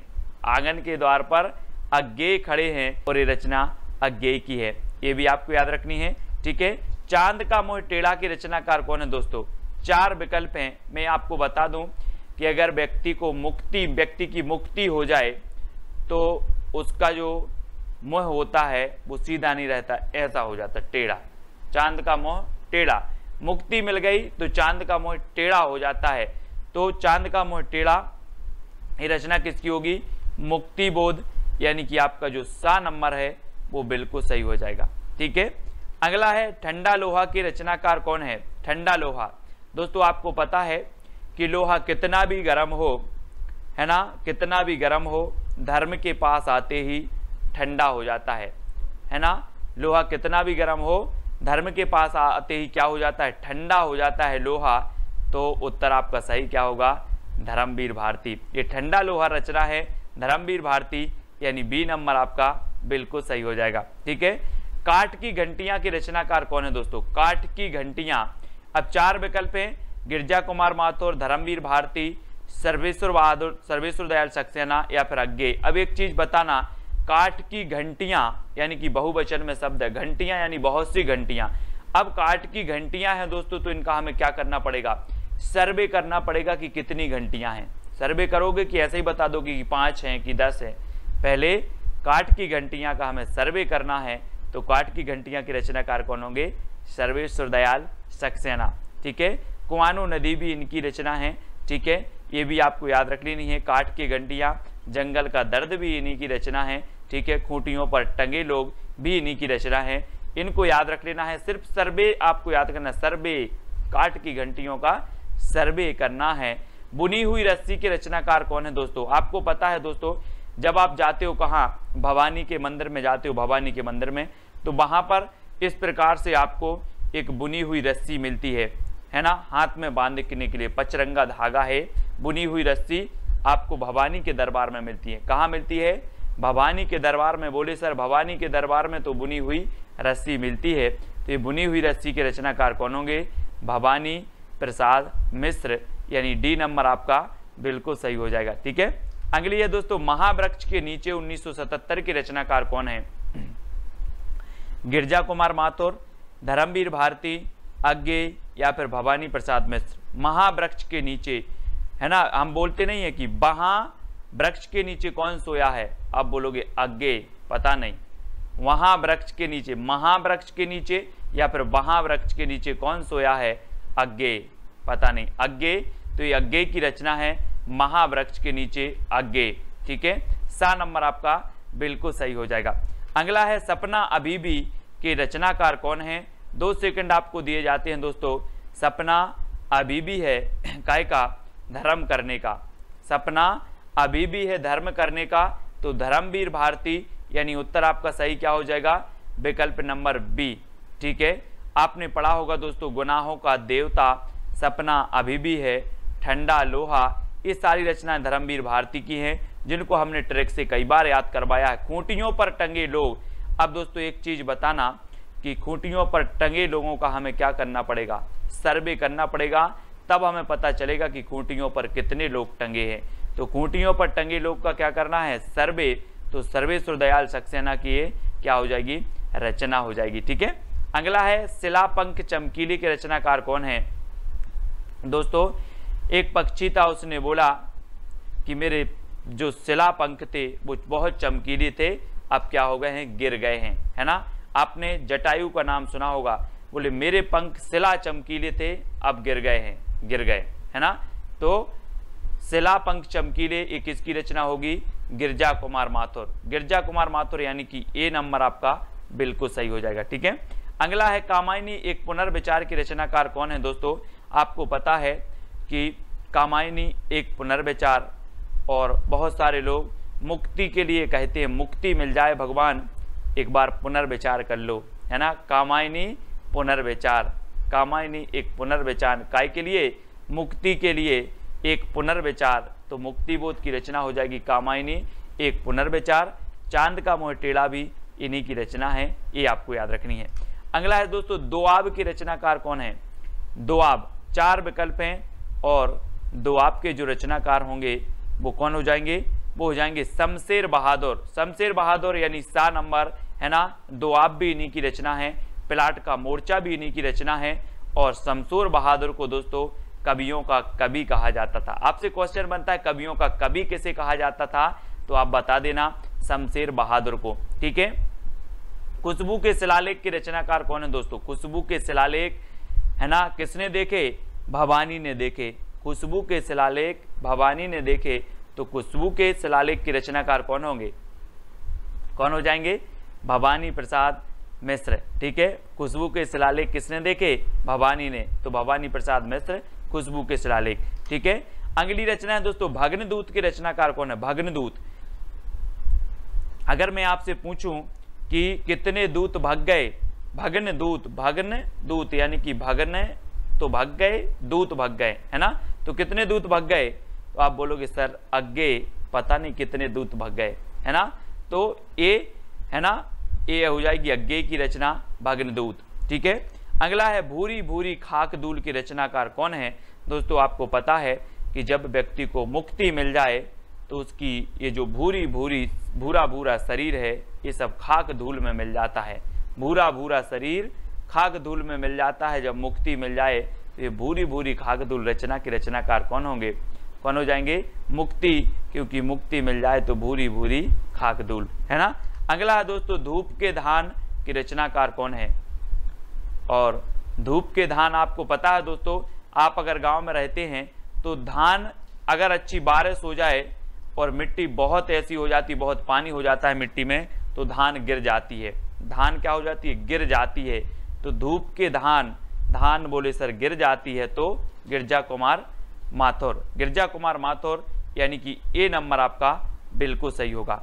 ठीक है, अगला है जंगल का दर्द की रचनाकार कौन है। अब दोस्तों एक बात बताना, जंगल में बहुत सारे पौधे हैं, और जंगल का दर्द आपको कैसे पता चलेगा, कैसे चलेगा, जब आप क्या करोगे, सर्वे करोगे। बोले सर जब हम सर्वे करने जाएंगे जंगल का दर्द क्या क्या है ना, तभी हमें जंगल का दर्द पता चलेगा। तो जंगल का दर्द की रचनाकार कौन है, सर्वेश्वर दयाल सक्सेना, और सा नंबर आपका बिल्कुल सही हो जाता है, सा नंबर, है ना। जंगल का दर्द सर्वे करना है, जंगल के दर्द का क्या करना है, सर्वे, तो सर्वेश्वर दयाल सक्सेना। कितनी नाव में कितनी बार की रचनाकार कौन है दोस्तों। अब आप बोलोगे सर मैं कितनी नाव में कितनी बार बैठा, सब अज्ञे है, क्या है, अज्ञे। कितनी नाव में कितनी बार, अज्ञे, तो अज्ञे यानी कि दा नंबर आपका बिल्कुल सही होगा। इसका दोस्तों आपका पहला प्रश्न है कि सीढ़ियों पर धूप में की रचनाकार कौन है। चार विकल्प हैं आपके पास, 2 सेकंड में उत्तर आपको बताना होता है। और मैंने आपको कई बार याद करवाया है दोस्तों कि बोले सर सीढ़ियों पर धूप में क्यों खड़े हो, तो कहा कि मैं खड़ा हूं, मेरी तो रघुवीर सहाय करते हैं। क्या करते हैं, रघुवीर सहाय करती, मैं सीढ़ियों पर धूप में खड़ा हूं, मुझे कोई दिक्कत नहीं, मेरी तो रघुवीर सहाय करती हैं। तो इसके रचनाकार कौन होंगे? रघुवीर सहाय करते हैं, बोले सीढ़ियों पर धूप में खड़े हैं तो रघुवीर सहाय करते हैं, तो रघुवीर सहाय की रचना हो जाएगी, यानी आ नंबर आपका बिल्कुल सही हो जाएगा। ठीक है, नेक्स्ट है आपका संशय की एक रात की रचनाकार कौन है? कई बार एग्जाम में पूछी गई दोस्तों। 4 विकल्प 2 सेकंड में आपको उत्तर करके चयन करके बताना है। फिर मैं आपको बता देता हूं कि संशय की एक रात में, संशय की एक रात में नरेश मेहता आए, संशय की एक रात में नरेश मेहता आए, ये आपकी ट्रिक है याद करने की। तो संशय की एक रात ये नरेश मेहता की रचना हो जाएगी, यानी कि आपका जो विकल्प नंबर सी है वो आपका बिल्कुल सही हो जाएगा। संशय की एक रात में नरेश मेहता आए, ठीक है, सी नंबर बिल्कुल सही है। नेक्स्ट है आज दोस्तों हम तुम की रचनाकार कौन है? हम तुम 4 विकल्प हैं, 4 में से आपको चयन करना है। और मैं आपको बता दूं, एक गाना आपने सुना होगा, हम तुम एक एक कमरे में बंद हो, सुना है ना? तो दोस्तों क्या कुंवर लोग, आजकल के जो कुंवर लोग हैं, कुंवर, वो चाहते हैं कि हम तुम एक कमरे में बंद हो। तो यहां पर रचना है आपकी हम तुम, और कौन चाहते हैं? कुंवर लोग, तो कुंवर नारायण की हो जाएगी, कुंवर नारायण, यानी डी नंबर आपका बिल्कुल सही हो जाएगा। ठीक है, याद करने का माध्यम है, ठीक है, कि आपको याद रहे, तो डी नंबर बिल्कुल सही होगा। नेक्स्ट दोस्तों संसद से सड़क तक की रचनाकार कौन है? बोले सर संसद से सड़क तक धूल ही धूल मिलेगी, धूल मिलेगी, क्या मिलेगी? धूल मिलेगी, तो धूमिल, धूल मिल, इस प्रकार से धूल मिल, संसद से सड़क तक धूल मिल, तो धूमिल की रचना है, सुदामा पांडे धूमिल की, है ना? बोले सर संसद से सड़क तक धूल ही धूल मिलेगी, धूल मिल, धूमिल, ठीक है, धूमिल साहब, यानी डी नंबर आपका बिल्कुल सही होगा, धूमिल साहब हो जाएंगे इसके। अगला है मृग और तृष्णा की रचनाकार कौन है? 4 विकल्प हैं दोस्तों। मृग की तृष्णा कैसे हो गई थी? बोले भगवान श्री राम को, हरि को, है ना, उसे हरि बोलेंगे, उन्हें मृग की तृष्णा हो गई, वो मृग के पीछे पीछे भाग रहे थे। चित्र में देखो, तो मृग तृष्णा हो गई थी हरि को, भगवान को, श्री राम को, है ना? तो हरि को हो गई तो हरि नारायण व्यास, हरि नारायण व्यास, यानी डी नंबर आपका बिल्कुल सही होगा। बोले हरि को क्या हो गई थी? मृग की तृष्णा, तो हरि नारायण व्यास की ये रचना है, बहुत ही बढ़िया रचना मानी जाती है और पूछी भी जाती है। ठीक है, नेक्स्ट है सूर्य का स्वागत की रचनाकार कौन है? 4 विकल्प हैं दोस्तों, आपको उत्तर बताना है। इससे पहले कि अगर आपने वीडियो नहीं देखी है तो वीडियो जरूर बताना है। सूर्य का स्वागत कौन कर रहा है?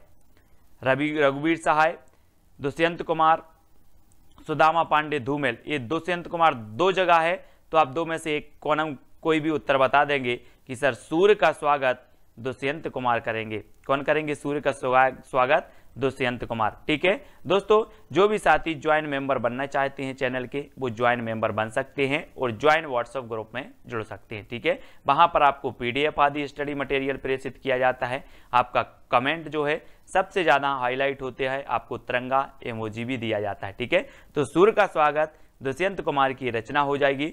जागते रहो की रचनाकार कौन है? आपने देखा होगा भारत में जो पहरा देते हैं वो कहते हैं जागते रहो, कहां पर? भारत में, तो कौन होंगे? भारत भूषण अग्रवाल। बोले सर भारत में जो पहरा देते हैं वो बोलते हैं जागते रहो, कहां पर? भारत में, तो भारत भूषण अग्रवाल की रचना होगी कौन सी? जागते रहो। ठीक है, अब आपसे कभी पूछा जाएगा कि जागते रहो की रचनाकार कौन है, आप बोलना कि जागते रहो पहरा देते हैं भारत में, है ना, तो ये बोलते हैं जागते रहो। ठीक है, इस प्रकार से। अगला है आत्महत्या के विरुद्ध की रचनाकार कौन है? आत्महत्या के विरुद्ध, तो दोस्तों आत्महत्या के विरुद्ध रघुवीर सहाय नहीं करेंगे, है ना, सहाय, रघुवीर सहाय। बोले आत्महत्या के विरुद्ध रघुवीर सहाय करते हैं, आत्महत्या के पक्ष में नहीं करते। ठीक है, तो आत्महत्या के विरुद्ध रघुवीर सहाय की रचना है, यानी कि आपका जो ए नंबर है वो इसको याद रख लेना, ए नंबर। ठीक है, आत्महत्या के विरुद्ध रघुवीर सहाय। ठीक है, आत्महत्या के विरुद्ध रघुवीर सहाय। धूप में, है ना, सीढ़ियों पर धूप में रघुवीर सहाय, इनको याद करेंगे। ये पूछी जाती रचना। परिवेश के रचनाकार कौन है? दोस्तों आपने प्राचीन काल में पढ़ा होगा कि राजा महाराजाओं के पास कुंवर होते थे। बोले कुंवर हुए हैं, है ना, कुंवर हुए हैं, तो वो कुंवर को बहुत अच्छा परिवेश देते थे। क्या देते थे? परिवेश। किसको? कुंवर को। कुंवर को राजा महाराजा परिवेश देते थे, तो रचना परिवेश किसकी हो जाएगी? किसकी होगी? कुंवर नारायण की। किसकी? कुंवर नारायण की, यानी कि आपका जो विकल्प नंबर ए है वो बिल्कुल सही हो जाएगा। बोले कुंवर का परिवेश, कुंवर का परिवेश, ऐसे याद रखेंगे। ठीक है, अगला है दोस्तों मछली घर के रचनाकार कौन है। आपने पढ़ा होगा पहले कि बोले मछली जल की रानी है, जीवन उसका पानी है, बच्चे पढ़ते ना, अपन ने भी पढ़ा है बहुत। और मछली की रचना, मछली घर के जो रचनाकार हैं, और इसको याद करने की ट्रिक है, मछली घर में विजय देव पकड़े गए। कौन पकड़े गए? विजय देव पकड़े गए। तो मछली घर रचना हो जाएगी विजय देव नारायण शाही। मछली घर में विजय देव पकड़े गए तो विजय देव नारायण शाही, यानी डी नंबर आपका बिल्कुल सही होगा। ठीक है, डी नंबर। अगला है दोस्तों आपको चांदनी और चुनर की रचनाकार कौन है। 2 सेकंड में आपको उत्तर बताना है और इसका बिल्कुल सही आंसर हो जाएगा। कौन है चांदनी और चुनर? शकुंत माथुर। शकुंत माथुर, यानी कि शकुंत माथुर ने चांदनी की चुनर ओढ़ी। किसने? शकुंत माथुर ने चांदनी की चुनर ओढ़ी। तो चांदनी और चुनर की रचनाकार होंगे शकुंत माथुर। इस प्रकार से याद रखेंगे। क्या बोलोगे अब कि शकुंत माथुर ने चांदनी की चुनर ओढ़ी। ठीक है, इस प्रकार से। नेक्स्ट है नाव के पांव की रचनाकार कौन है। दोस्तों आपने देखे नाव के पांव? बोले सर नहीं देखे।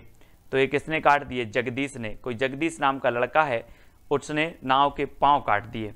बोले सर जगदीश ने नाव के पांव काट दिए, तो क्या हो जाएंगे? नाव के पांव के रचनाकार होंगे जगदीश गुप्त। कौन होंगे? जगदीश गुप्त। किसने काट दिए नाव के पांव? जगदीश ने। ठीक है, तो नाव के पांव रचना किसकी होगी? जगदीश गुप्त की हो जाएगी, यानी सा नंबर आपका बिल्कुल सही हो जाएगा। ठीक है, मुक्ति प्रसंग कंकावती के रचनाकार कौन है। बहुत ही बढ़िया प्रश्न है दोस्तों। और मुक्ति प्रसन्न और कंकावती ये 2 रचनाएं हैं, और ये 2 रचनाएं किसकी हैं? तो वो हैं राजकमल चौधरी। राजकमल चौधरी की मुक्ति का प्रसंग कंकावती से पूछो, है ना। राजकमल की मुक्ति का प्रसंग किससे पूछो? कंकावती से। तो राजकमल से हो जाएगा आपका राजकमल चौधरी, मुक्ति से हो जाएगा मुक्ति प्रसंग, कंकावती से कंकावती।